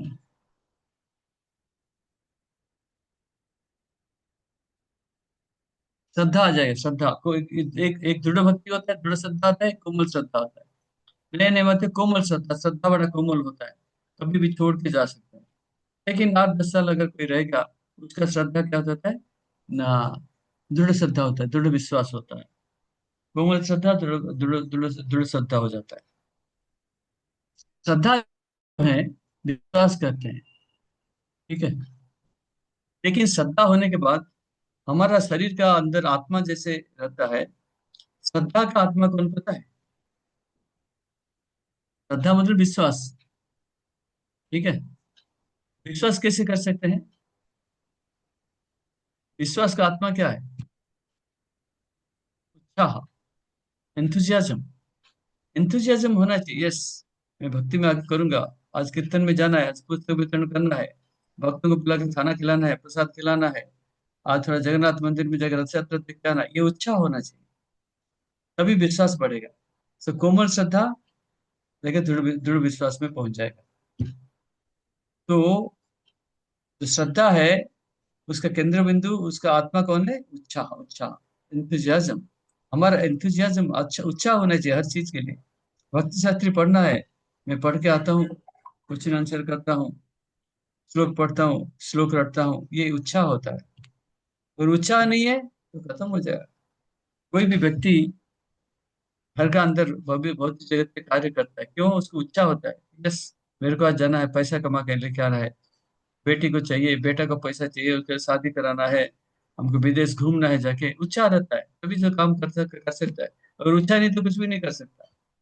तो हमारा भी उत्साह होना चाहिए। उत्साह है तो हमारा विश्वास, कोमल विश्वास, जो कोमल श्रद्धा है, तो दृढ़ीभूत हो जाएगा। भौतिक जगत में भी उत्साह चाहिए। देखो, कई स्कूल में, कॉलेज में लोग, स्टूडेंट लोग कितना उत्साह से कार्य करते हैं। ऑफिस में भी देखो, बिजनेसमैन देखो कितना उत्साह करते हैं, क्योंकि पैसा आएगा, उत्साह होना चाहिए। उत्साह नहीं हो तो बिजनेस जीरो हो जाएगा। मंत्री लोग कितना उत्साह से कार्य करते हैं, अगर उत्साह से नहीं करेंगे वो तो निकाल देंगे, पोस्ट में जाओ तो मर जाओ। तो ये होता है उत्साह। तो हमारा भी उत्साह होना चाहिए। विश्वास का केंद्र बिंदु या विश्वास का जो आत्मा है, वो क्या है? उत्साह होता है, उत्साह। तो हमारा कोमल श्रद्धा पहले पहले होता है।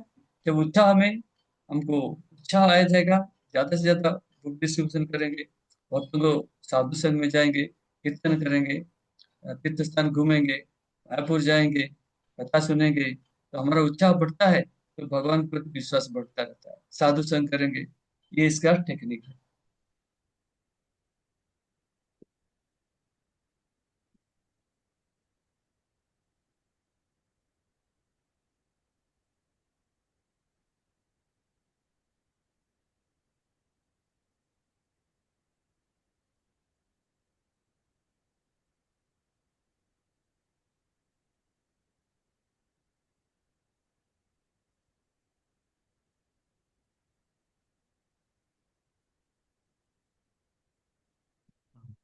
हो गया?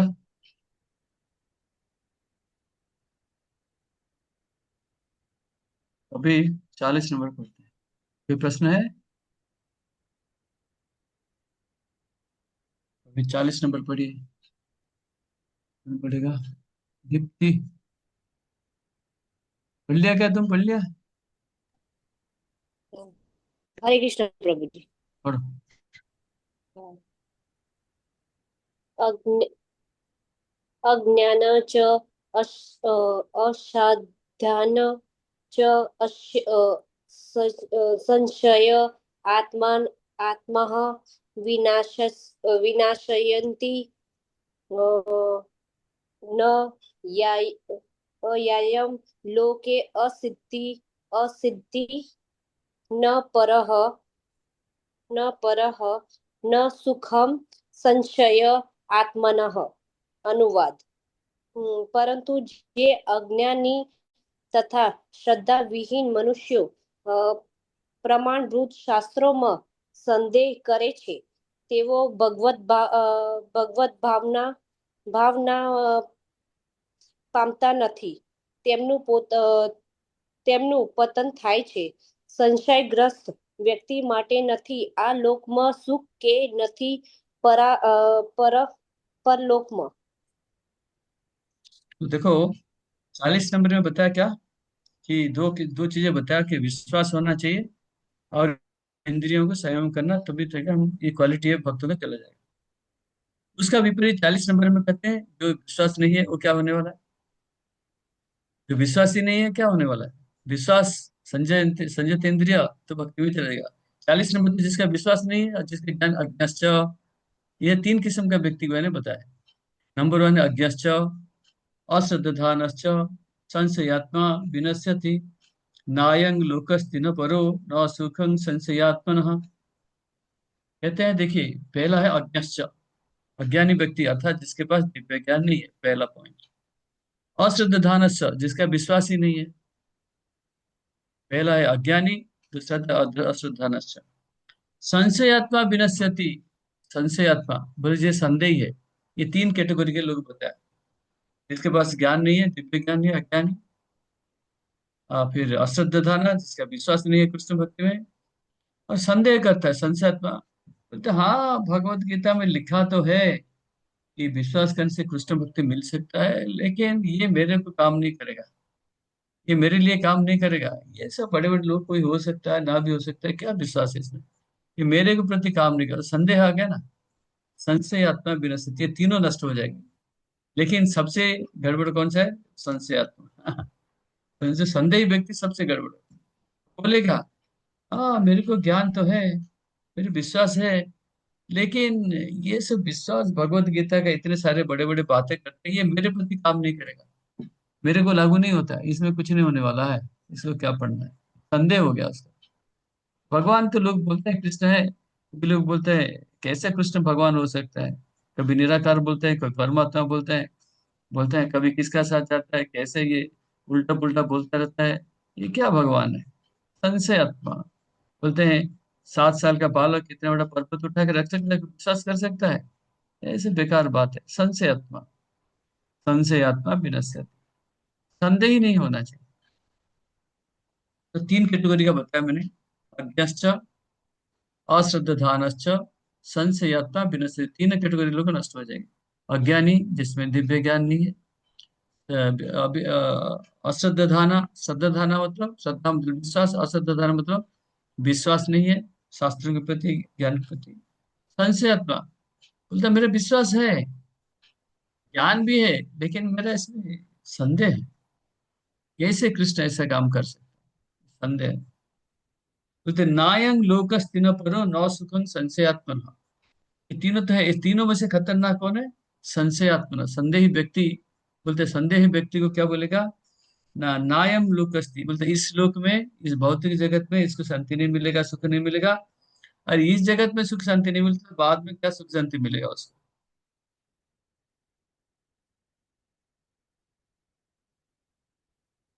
शास्त्र में भी अज्ञास मतलब ज्ञान को भी संदेह है, शास्त्र को भी संदेह है।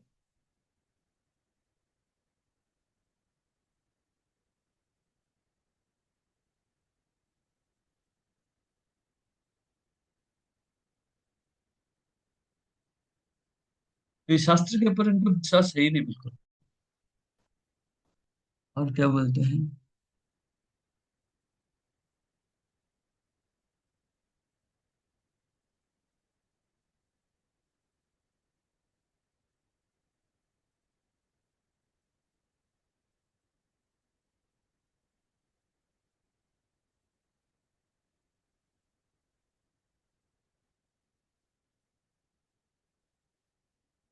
प्रभुपाद लिखते हैं हम लोग कैसे विश्वास करेंगे, बोलते हैं संयत इंद्रिय, बोलते हैं हमारे इंद्रियों को बस में करना पड़ेगा, इंद्रियों को बस में करना पड़ेगा।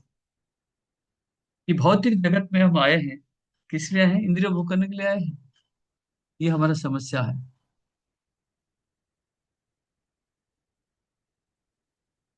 और हम इधर से भक्ति में आगे जाना चाहते हैं और इंद्रियों को बस में नहीं रखेंगे, तो कैसे आगे जा सकते हैं। भक्ति में सब जाना चाहते हैं, मेरे को भी भक्ति चाहिए, कृष्ण प्रेम तक पहुंचना है मेरे, लेकिन इंद्रिय कंट्रोल, इंद्रियों को संयम नहीं कर सकते, कैसे भक्ति में जाएगा। कोई डॉक्टर के पास जाता है, बीमार होता है, डॉक्टर बोलता है ये दवा खाना है, ये खाना नहीं खाना है, ये करना है ये नहीं करना है, दवाई खाना है ये खाना नहीं खाना है। लेकिन वो व्यक्ति आएगा, दवाई को नहीं खाएगा और जो खाना नहीं खाना है उसको खाता रहेगा, उसका बीमारी कैसे ठीक होगा। बोलता डॉक्टर बोलता है ठीक है चलेगा, अभी तो मैं खाना खाता हूँ, देखा जाएगा। तो तो बोलेगा, डॉक्टर साहब को ऐसे ही बोलेगा, बोलता आपके ऊपर विश्वास है, आपके ऊपर तो संपूर्ण विश्वास है, लेकिन आप जो बताते हैं ना खाने के बारे में, उसका ऊपर मेरे विश्वास नहीं, संदेह आत्मा है। हाँ, बोलते आप बोलते हैं नहीं खाना करके, लेकिन मैं खाता हूँ। तो हम कैसे विश्वस्त है डॉक्टर के पास, अब बीमारी कैसे ठीक होगा। श्रद्धावान लभते ज्ञानम तत्परम इंद्रिय संयत इंद्रिय। तो इंद्रियों को कंट्रोल में करना जरूरी होता है।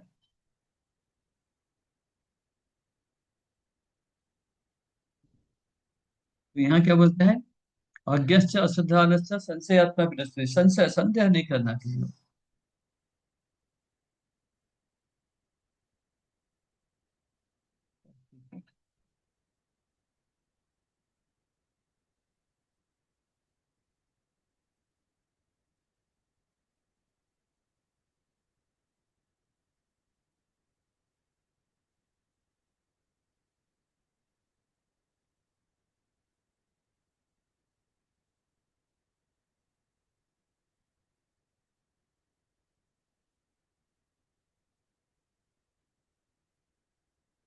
अज्ञान मतलब क्या बोलते हैं, अज्ञान मतलब जिसको, अज्ञान मतलब जिससे ज्ञान ही नहीं बिल्कुल कुछ। अश्रद्धाना विश्वासी नहीं, शास्त्र के ऊपर विश्वासी नहीं। और अज्ञानी मतलब भगवान के बारे में ज्ञान नहीं तो मूर्ख है, ऐसे मूर्ख है, पशु जैसे मूर्ख है। और अश्रद्धाना मतलब शास्त्र के ऊपर विश्वासी नहीं, ठीक है। लेकिन संशयात्मा क्या बोलेगा, बोलेगा शास्त्र के ऊपर सबके ऊपर मेरा विश्वास है, विश्वास तो है लेकिन लेकिन क्या है, बोलता है मैं सोचता हूँ ये मेरे ऊपर काम नहीं करेगा। आपके ऊपर विश्वास है, शास्त्र के ऊपर विश्वास है, लेकिन ये शास्त्र का ज्ञान मेरे ऊपर काम नहीं कर सकता, संदेह है, संशयात्मा। तो ऐसे जो संशयात्मा है, संदेह व्यक्ति, इस भौतिक जगत में इनको सुख मिलेगा ना, यहाँ से जाने के बाद इनको सुख मिलेगा, कुछ भी नहीं हो सकता उनके। हमको ये तीनों से थोड़ा दूर रहना है, हमको अज्ञा नहीं बनना है, अविश्वासी अश्रद्धाना नहीं बनना है, और संदेही भी नहीं बनना है, ठीक है, संशयात्मा भी नहीं बनना है।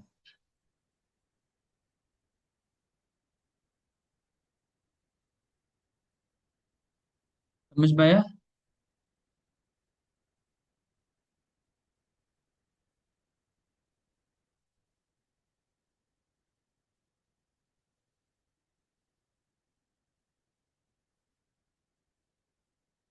तो ये तीनों में से सबसे खराब व्यक्ति कौन है, संशय संशय जो संशयात्मा। हाँ, संदेह नहीं करना, हम भी शास्त्र को, भगवान का पूजा पद्धति को गुरु साधुओं को, सन्यासी महात्मा को भगवान के ऊपर कोई संदेह नहीं करना। ठीक है। कृष्ण ने 6 दिन में 6 दिन के बच्चा पूतना को मार दिया, बोला, कैसे हो सकता है ये? ये मनगढ़ी बातें हैं, ये ऐतिहासिक कथा है, कुछ भी लिख देते हैं। संशयात्मा, संदेह नहीं हो सकता है। हमारा बुद्धि नहीं इसको समझने के लिए, लेकिन संशयात्मा नहीं होना चाहिए। ठीक। ओके, तो 41 पढ़ते हैं। अंजलि।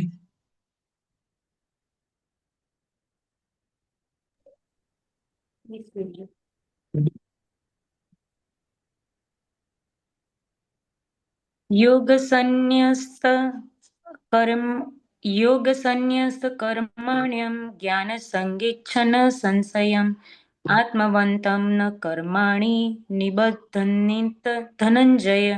હે ધનંજય, જે મનુષ્ય પોતાના કર્મના ફળોનો પરિત્યાગ કરીને ભક્તિ યોગમાં કર્મ કરે છે અને જેનો સંશયો દિવ્ય જ્ઞાન દ્વારા નષ્ટ થાય છે, તે વાસ્તવમાં સ્વરૂપમાં સ્થિત હોય છે। આમ તે કર્મ બંધન દ્વારા બંધાતો નથી। હરે કૃષ્ણ। Yes. देखो, भगवान ने भी बता दिया, 14, 35, 36, 37 ज्ञान का फल बता दिया। फिर 38 तक, 39 में बता दिया, 39 में बता दिया कि क्या गुण होना चाहिए ये ज्ञान प्राप्ति के लिए। श्रद्धावान होना चाहिए और इंद्रियों को बस में रखना चाहिए। 40 में बता दिया से उल्टा, अज्ञान, अश्रद्धा, संशयात्मक, ये तीनों का विश्वास नहीं है शास्त्र के ऊपर, अज्ञानता है, मूर्ख है। और जो संशयात्मा, ये तीनों पूरा नष्ट हो जाए, सबसे ज्यादा संशयात्मा। 41 में बताते हैं, योग संन्यस्त कर्माणम ज्ञान संचिन्न संशयम आत्मबंधं न कर्माणि निबध्रन्ति धनंजय। ये कैसा है देखियो, पहला जो बोलते हैं योग संन्यस्त कर्माणम। योग मतलब भक्ति योग पढ़ते हैं, योग मतलब भक्ति योग। क्या कहते हैं? संन्यस्त मतलब संन्यास, त्याग कर देना। कर्माणम, सारे कर्मफल को त्याग कर देना, सारे कर्मफल को त्याग करना। तो भक्ति करके सारे कर्मफल को त्याग। योग संन्यस्त कर्माणम, कर्माणम मतलब कर्म बहुवचन में, संन्यस्त मतलब त्याग कर देना, त्याग कर दिया। या हमारे जो भक्ति जो करते हैं कृष्ण भक्ति, उसमें अपने कर्म फल को त्याग कर देना, पहला पॉइंट। दूसरा बोलते हैं ज्ञान संचिन्न संशयम, ज्ञान के द्वारा, संशय मतलब संदेह, तो बताया ना 40 नंबर में, संशयात्मा, इस संशय को नष्ट करना कैसे बताते हैं, यहाँ बताते हैं।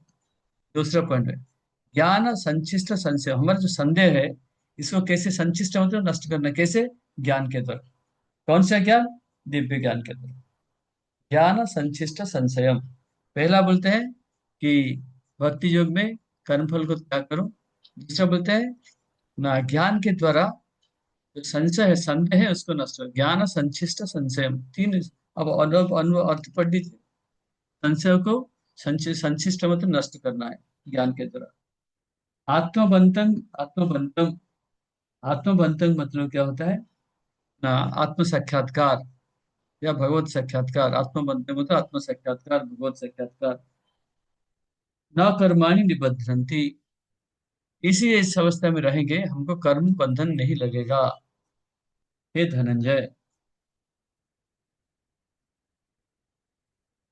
तो 2-3 चीजें बताया।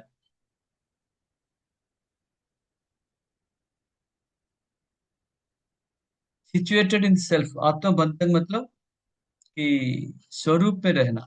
आत्मबंधन मतलब स्वरूप में रहना। स्वरूप क्या है? जीवेर स्वरूप है कृष्ण नित्यदास, यही है स्वरूप। तो पहला बताया योग, पहले बताया योग, योग संन्यस्त कर्माणम, भक्ति योग में सारे कर्मफल को त्याग दो। दूसरा है कहते हैं ज्ञान संचिष्ट संशयम, ज्ञान के द्वारा सारे संदेह को नष्ट करो। संशय मतलब संदेह, संचिष्ट मतलब नष्ट करना ज्ञान के द्वारा। तीसरा बोलते अंतोबंधन, अर्थात स्वरूप में रहना है, सेल्फ रियलाइजेशन का, god realization, self self situated. आत्मबंधन मतलब मैं भगवान का सेवक हूँ, ये आत्मबंधन। ठीक है, आत्मबंधन। ऐसा करने से ना नहीं लगे कर्म कर्माणि बंधानी, कर्माणि निबध्नन्ति, ऐसा करने से हमको कर्म बंधन नहीं लगेगा। ये धनंजय, ये तीन चीजें करने से हमको कर्म बंधन नहीं लगेगा।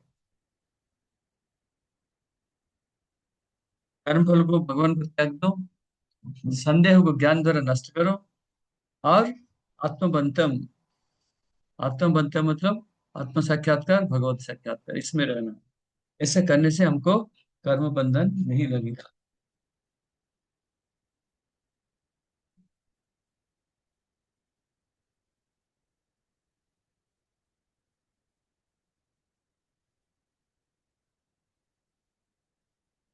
तो ऐसी स्थिति में हम जानते हैं तो हमारा कर्म को किस में लगेगा? हम सारे कर्म को कृष्ण में अर्पित करके करेंगे, कृष्ण के लिए कर्म करेंगे।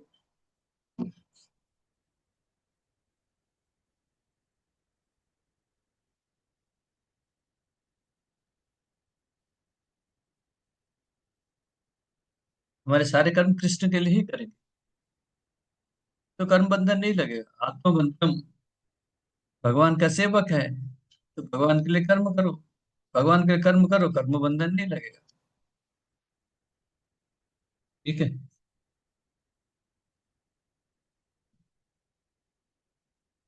कोई प्रश्न है आपका?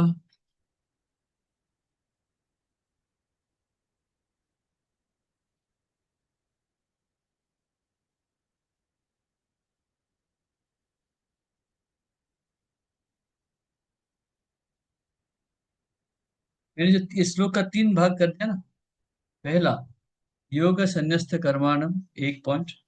दूसरा है ज्ञान संचिन्न संशयम, दूसरा। तीसरा है आत्मबंधम, न कर्माणि निबध्नन्ति। ये तीन करोगे तो ये कर्म आपको बंधन में, कर्म बंधन नहीं लगेगा, आराम से भगवत धाम जा सकते। ये श्लोक का चार ऐसे पॉइंट वाइज लिख के रखोगे, इतना समझ लिया तो बहुत है, आपका आप अभी ध्यान से समझ सकते हो।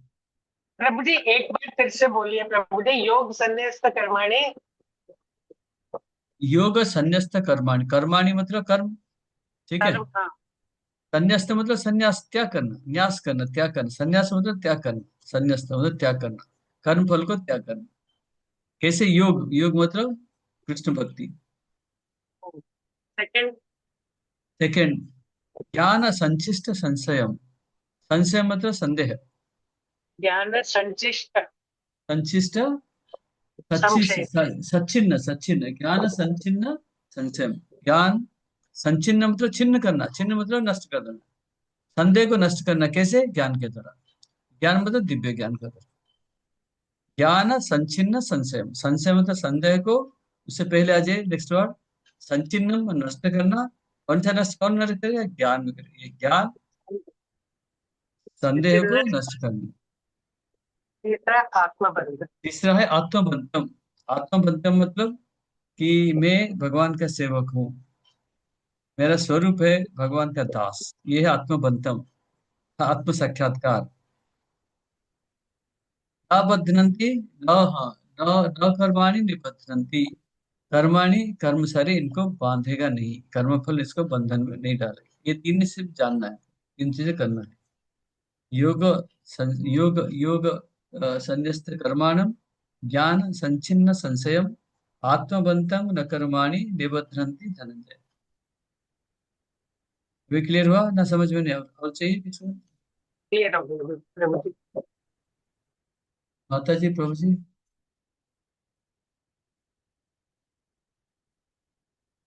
41 में फिर, 42 में फिर ये बोलेंगे कि संदेह कैसे दूर करना है। संदेह का ऊपर देखो तीन श्लोक आ गया। 40 में बोलते हैं संदेह करने से क्या परिणाम होता है। 41 नंबर में बोलते हैं क्या संदेह को कैसे नष्ट करना है।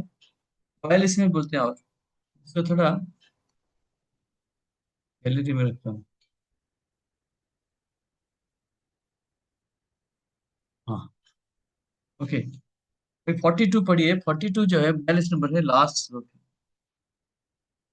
ठीक है। उप उप कुमार बाबू,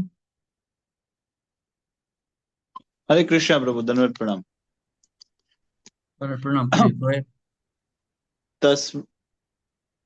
तस्मात् ज्ञान तस्मात् ज्ञानसम्भूतं हस्तय ह ह हतस्तयं ज्ञानस्थिता सिनात्मनः चि चित्त्वेनहं संशयं योगमातिष्ठोत्तिष्ठ भारत।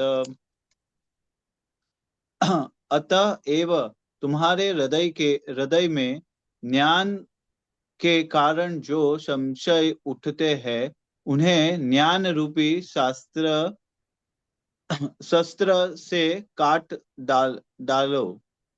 हे भारत, तुम योग से संवित होकर खड़े हो और युद्ध करो। क्या बोलते हैं?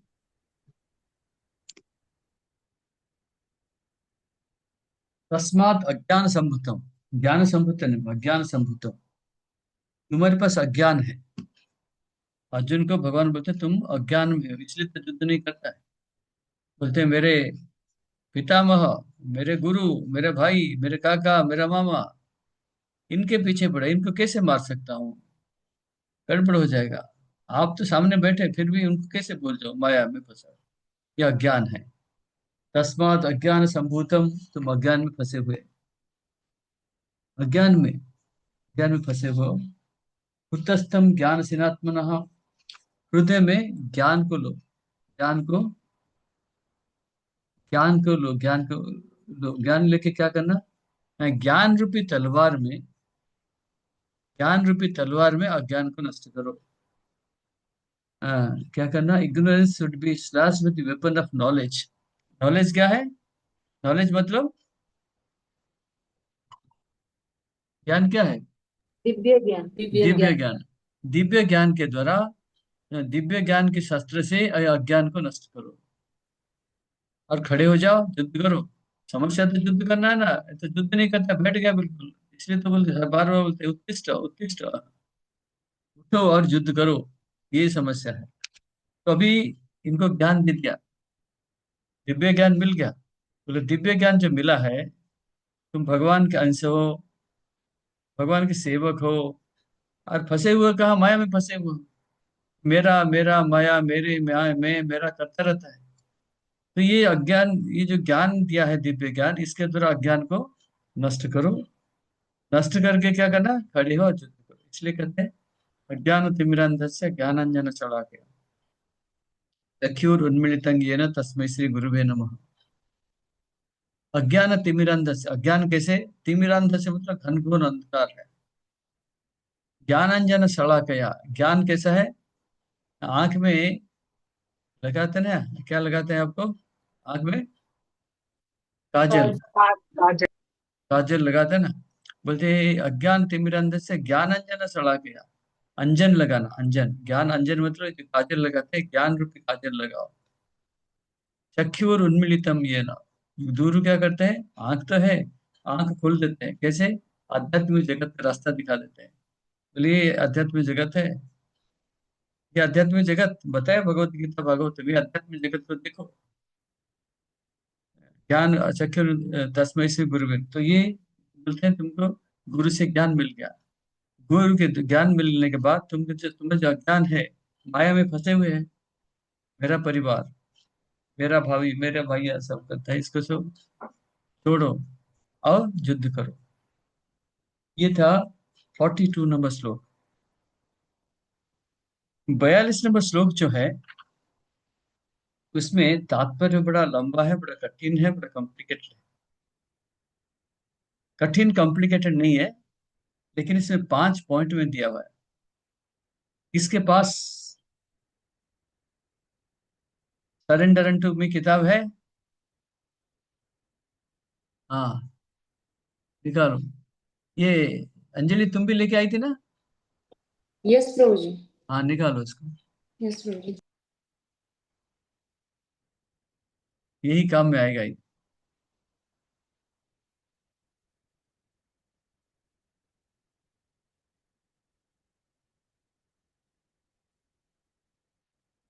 तो आप मेरे किताब में तुम्हें मार्क करके रखा हुआ हूँ। लेकिन आपका किताब में कैसे मार्क करूं मेरे को समझ नहीं आता। नहीं, मैं पॉइंट वाइज बोलूंगा, 5 पॉइंट आप पढ़ के इसको एडजस्ट करना। 42 नंबर का तात्पर्य निकालिए।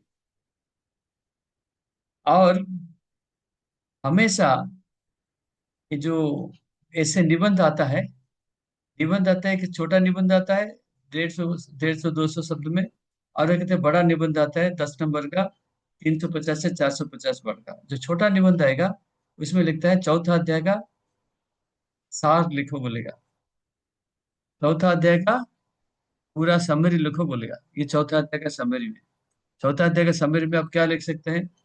पहले एक से पहले भगवान का इतिहास दिया हुआ है, बोलते भगवत गीता का इतिहास बोला हुआ है। फिर बताते हैं भगवान का जो जन्म और कर्म के बारे में लिखा है, भगवान क्यों आते हैं, कब आते हैं, वो भी लिखना है। उसके बाद लिखा है कि यज्ञ के बारे में नहीं, कर्म के बारे में लिखा है, अकर्म विकर्म कर्म के बारे में लिखा है। फिर यज्ञ के बारे में लिखा हुआ है। 34 नंबर श्लोक से ज्ञान, दिव्य ज्ञान के बारे में लिखा है। और 35 36 37 38 दिव्य ज्ञान प्राप्ति करने से क्या फल होता है, क्या फायदा होता है, उसके बारे में लिखा हुआ है। और 39 में लिखा है कि ज्ञान प्राप्ति करने में क्या क्राइटेरिया होना चाहिए, क्या गुण होना चाहिए, कि अ, विश्वास होना चाहिए, और संयत इंद्रिय होता है, इंद्रियों को कंट्रोल करना चाहिए, ये लिखा है। अगर जो विश्वासी है इंद्रियों को कंट्रोल नहीं कर पाता है, उसका कोई रास्ता ही नहीं है। तो ऐसा अगर ये जो अभी बताऊंगा वो नहीं लिख पाते हो, अब श्लोक वाइज लिखने से भी हो जाएगा। पहले इतिहास समझ आएगा, 100% ही आता है। 4 नंबर का देखा, जितने साल से देख रहा हूँ। हाँ, तो चौथा अध्याय का लिखो सारांश, सारांश समरी लिखो। पहले इतिहास, उसके बाद कि भगवान क्यों, भगवान में जीव में क्या अंतर है, भगवान क्यों आते हैं, कब आते हैं, भगवान का जन्म कर्म क्यों दिव्य है। फिर वर्णाश्रम के बारे में लिखा हुआ है। फिर कर्म अकर्म विकर्म के बारे में लिखा हुआ है। फिर यज्ञ के बारे में लिखा हुआ है। 33 नंबर श्लोक, 24 से 33 नंबर श्लोक तक। 34 नंबर में दिव्य ज्ञान, गुरु से कैसे ज्ञान मिलता है। 35 36 37 38 में इसमें लिखा है दिव्य ज्ञान जो मिलेगा इसका फायदा क्या है, और संशयात्मा, संदेह व्यक्ति कैसे नष्ट होता है, और उस संशय कैसे दूर होना, इसके बारे में इतने आपको लिखने से भी चलेगा। लेकिन यहाँ कुछ और बता दो। यहाँ हरिजन प्रभु सरेंडर टू प्रभुपाद लिखते हैं, बढ़िया तात्पर्य लिखा है। आपको 3 4 बार पढ़ना है इसको, 1 2 3 4 5 पॉइंट करके, 5 पॉइंट में लिखा हुआ है, 5 पॉइंट आपको निकालना है। मैं खाली पॉइंट पॉइंट बताता तो आप घर में जाके आराम से इसको लिखना है। पहला है, अर्जुन रथ में बैठा है, और क्या है, युद्ध नहीं करना है, डिटरमिनेट नहीं करना है मेरे को युद्ध। अ, लेकिन अभी इनको दिव्य ज्ञान मिल गया। ज्ञान मिलने के बाद भगवान बोलते तुम उठो और युद्ध करो।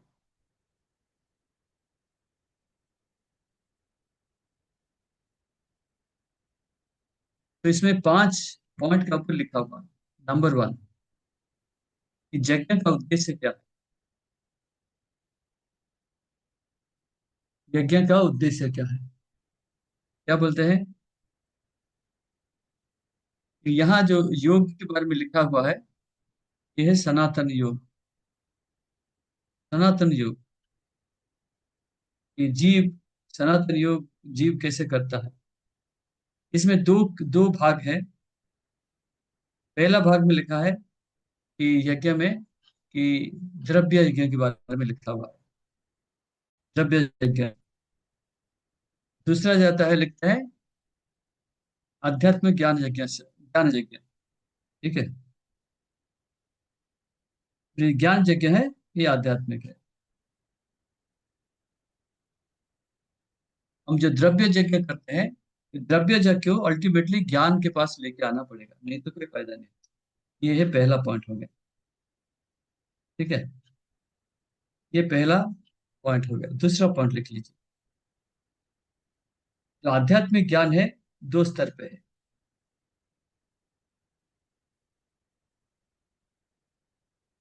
2 स्तर पे है आध्यात्मिक ज्ञान। जो पहले से आत्मज्ञान,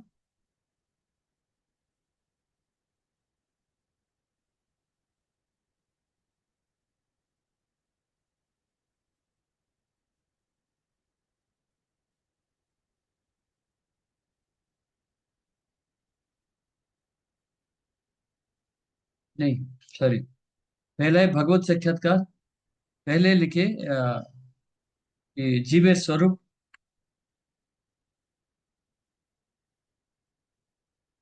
जीवेर स्वरूप क्या है? कि जीवेर स्वरूप है कृष्ण नित्यदास। ठीक है, पहला पॉइंट है। जो नंबर 2 पॉइंट पे लिखा है, इसमें भी दो किस्म का आध्यात्मिक ज्ञान है। पहला है जीवेर स्वरूप और दूसरा है कि भगवान अ, भगवान के ऊपर सत्य, भगवान के बारे में सत्यता। Truth regarding supreme personality of God. भगवान के बारे में सत्यता, अर्थात अपना स्थिति है सेवक, और भगवान के बारे में सत्यता है, भगवान कैसे, कौन है।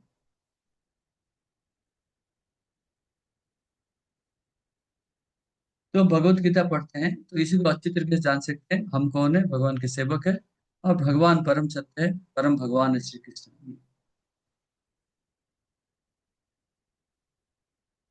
और इसमें से हमको पता चलता है हम भगवान का अंश है, सेवक है, इसमें कोई संदेह नहीं होता है। और ये दो दो चीजें समझ गए तो हम दिव्य विज्ञान को समझ सकते हैं।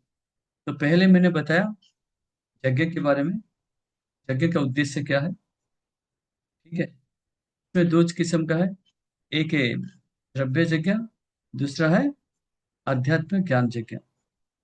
फिर दूसरा पॉइंट में बताया दो दो दो, इसमें भी दो दो स्तर है। एक है कि ना जीवेर स्वरूप है, जीवेर स्वरूप पहला होता है जीवेर स्वरूप, दूसरा होता है भगवान के बारे में सत्यता जानना। इसमें भी दो पॉइंट है। ठीक है, अभी तीसरा नंबर पे आ जाइए। तीसरा नंबर है भगवान का दिव्य कर्म के बारे में जानना। तीसरा है भगवान के दिव्य कर्म के ऊपर जानना।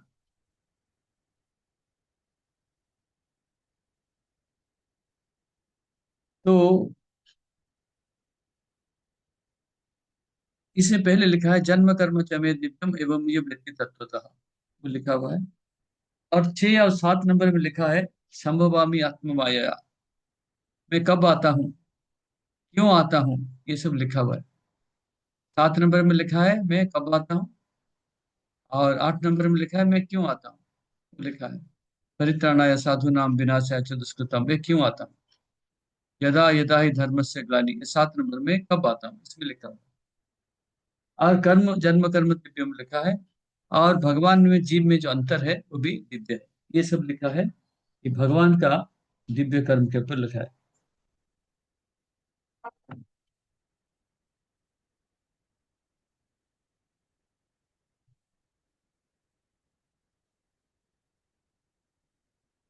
तो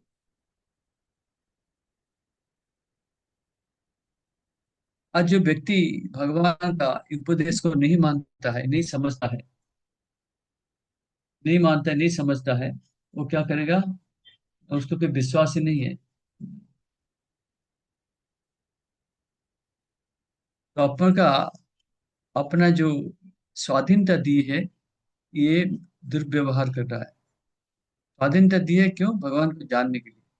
अगर भगवान ने जो ज्ञान दिए हैं, उपदेश दिए, उसको ही हम नहीं समझेंगे, नहीं पढ़ेंगे, अपने स्टाइल में चलते रहेंगे, बिना मतलब का देवी देवता पुराना चंडी वंडी करके सब घूमते रहेंगे, तो नष्ट हो जाएगा। तो इसमें तीसरा पॉइंट में लिखा है भगवान की सत्यता जानना है, दिव्य कर्म, भगवान का दिव्य कर्म। फिर चौथा, चौथा पॉइंट,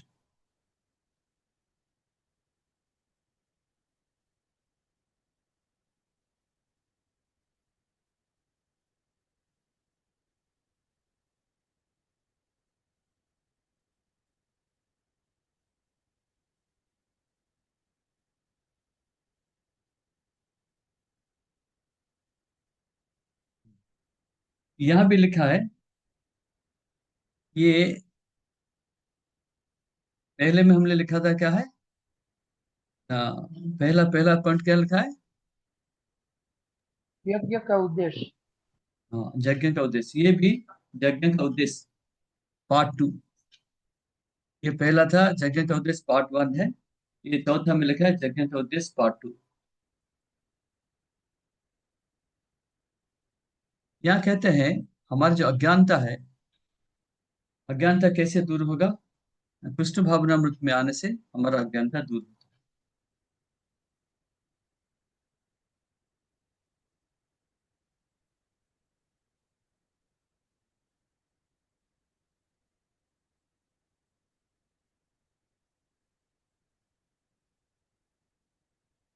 तो इसमें आपका किताब में लिखा है, थोड़ा निकाल के देखिए अगर बताता हूँ तो।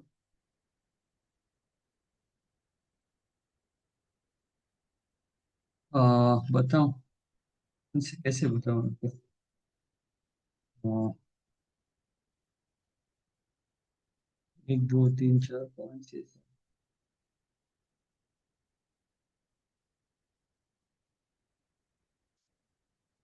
27 आपका जो पैराग्राफ दिया हुआ ना, इसमें 26 27 लाइन पे जाइए। लिखा है कि अज्ञानता कैसे नष्ट हो सकता है, लिखो। देखिए, हिंदी में, गुजराती में देखिए।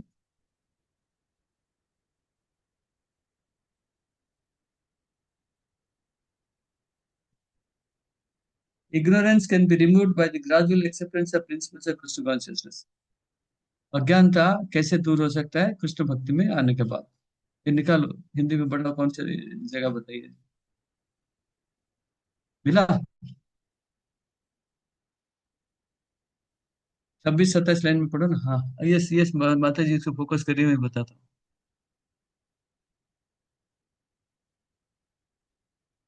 ऊपर करिए। प्रभु जी। हाँ, मैं बताता हूँ, अभी बताता हूँ। और थोड़ा ऊपर करिए। नहीं नहीं चलेगा, एक एक बस यही नहीं। क्या बोला लाइंस आप प्रभु जी बताइए तो मैं करती हूँ फिर से। हरे कृष्णा।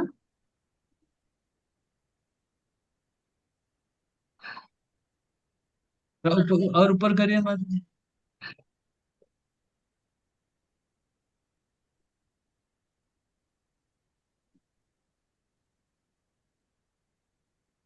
माता जी इसको तो ऊपर करिए।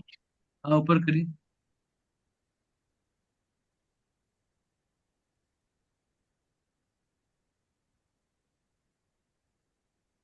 प्रभु जी एक बार फिर से बताइए कौन सी लाइंस करनी है तो मैं करती हूँ। ये आप 42 का 42 का क्या बोलते हैं, तात्पर्य लिखिए। पट करना है हाँ आप हाँ, नहीं वो 25 26 लाइन 25 26 लाइन ओ। उसका पास पास। कि इंग्लिश में कुछ, हिंदी गुजराती में अलग हो गया। हिंदी में प्रभु जी, कृष्ण भावनामृत के सिद्धांतों को स्वीकार करके अज्ञान को क्रमशः दूर किया जा सकता है। बस बस वही वही वही सेम, वही से चालू करना। हाँ, यह कृष्ण भावनामृत या विविध देव यज्ञ, ब्रह्म यज्ञ, ब्रह्मचर्य यज्ञ, गृहस्थ बस बस यज्ञ। वही से अभी कहाँ से चालू किया, मैंने बताया था आपको। हाँ जी प्रभु जी ये है हाईलाइट नहीं कर पा रही। ये मेरा एरो दिख रहा है। 6 7 8 9 11 12 13 14 15 लाइन। हाँ 15 लाइन से 15वां लाइन। देखिए। हाँ, वही से हाँ, क्वेश्चन नंबर 4। हाँ,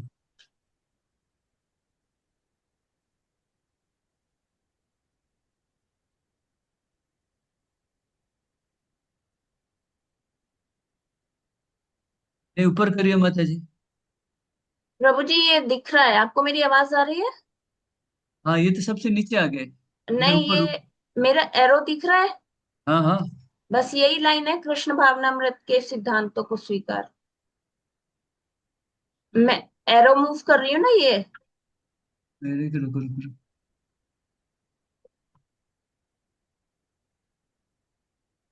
यहाँ पर नहीं नहीं नहीं नहीं, ऊपर आया।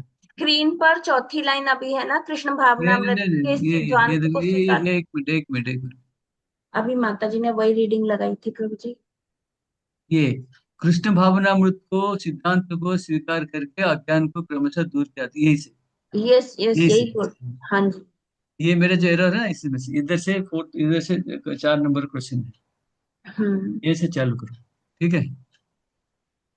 यहीं से आपको कहाँ तक है?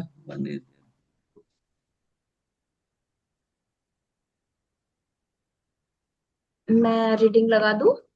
हाँ कृष्ण भावनामृत के सिद्धांतों को स्वीकार करके अज्ञान को क्रमशः दूर किया जा सकता है। यह कृष्ण भावनामृत विविध देव यज्ञ, ब्रह्म यज्ञ, ब्रह्मचर्य यज्ञ, गृहस्थ यज्ञ, इंद्रिय संयम यज्ञ, योग साधना यज्ञ, तपस्या यज्ञ, द्रव्य यज्ञ, स्वाध्याय यज्ञ तथा वर्ण आश्रम धर्म में भाग लेकर जागृत किया जा सकता है। ये सब यज्ञ कहलाते हैं और तथा ये, हाँ, तथा वर्णाश्रम धर्म में।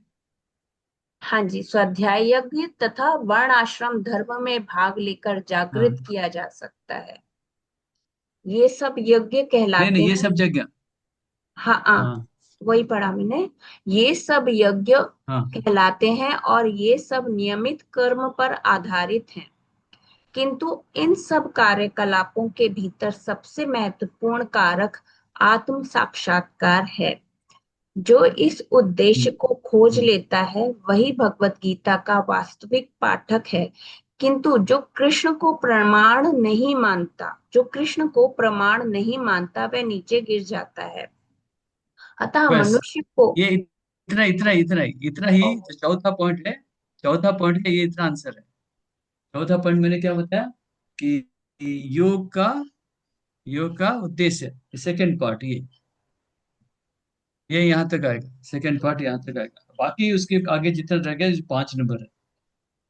5 नंबर पॉइंट क्या है कि आध्यात्म की दिव्य ज्ञान को कैसे सीख सकते हैं। दिव्य ज्ञान को कैसे असल तरीके से प्रॉपरली कैसे सीख सकते हैं। प्रॉपरली लर्निंग ट्रांससेंडेंटल नॉलेज, तो दिव्य ज्ञान को कम कैसे हम असल तरीके से सीख सकते हैं। तो वहीं से जहाँ 4 खत्म हुआ, वहीं से लास्ट तक 5 है। ओके, ठीक है, ये 5 पॉइंट आपको बता दिया। तो इसमें पहले बताया कि यज्ञ का गति, पार्ट 1। फिर देखे आध्यात्मिक स्तर का, आध्यात्मिक ज्ञान का 2 स्तर रहता है। फिर भगवान के बारे में सत्यता जानना, तीसरा है। चौथा है योग की उद्देश्य, पार्ट 2। फिर लास्ट में लिखते हैं कि आध्यात्मिक, सॉरी, दिव्य ज्ञान को हम कैसे अच्छे तरीके से समझ सकते हैं, कैसे सीख सकते हैं। आध्यात्मिक ज्ञान को कैसे हम सीख सकते हैं, प्रॉपरली लर्निंग ट्रांससेंडेंटल नॉलेज। रीडिंग लगा दें ये लास्ट वाला पॉइंट। नहीं, आप पढ़ लीजिए एक बार, इंग्लिश किताब है।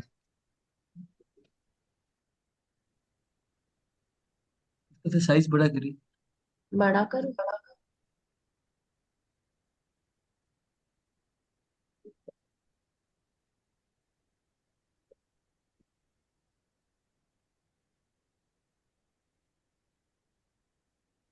ये है, अतः मनुष्य को सेवा तथा समर्पण समेत किसी प्रामाणिक गुरु के निर्देशन में भगवत गीता या अन्य किसी शास्त्र का अध्ययन करे। हाँ बस है ना? वैसे आगे, हाँ हाँ, यस। प्रामाणिक गुरु अनंत काल से चली आने वाली परंपरा में होता है। वह वह परमेश्वर के उन उपदेशों से तनिक भी विपत नहीं होता जिन्हें उन्होंने लाखों वर्ष पूर्व सूर्य देव को दिया था और जिनसे भगवत गीता के उपदेश इस धाम में आप आए। आवाज कट रहा है माता जी। ऐसा है। ओके, थोड़ा इंटरनेट की प्रॉब्लम लग रही है मुझे इधर प्रभु जी। अभी मौसम, आ रही है अच्छा, मैं आवाज? पढ़ता हूँ, अतः यस। गीता में, हाँ मैं पता पढ़ता हूँ। अतः गीता में, यही गीता में ही व्यक्त व्यक्त भगवत गीता के पद का अनुसरण करना चाहिए और उन लोगों को से सावधान रहना चाहिए जो आत्मश्लाघा आत्मश्लाघा बस श्लाघा। अन्य को वास्तविक पद से हाँ गलत रास्ते में लेके जा विपद कर देते हैं।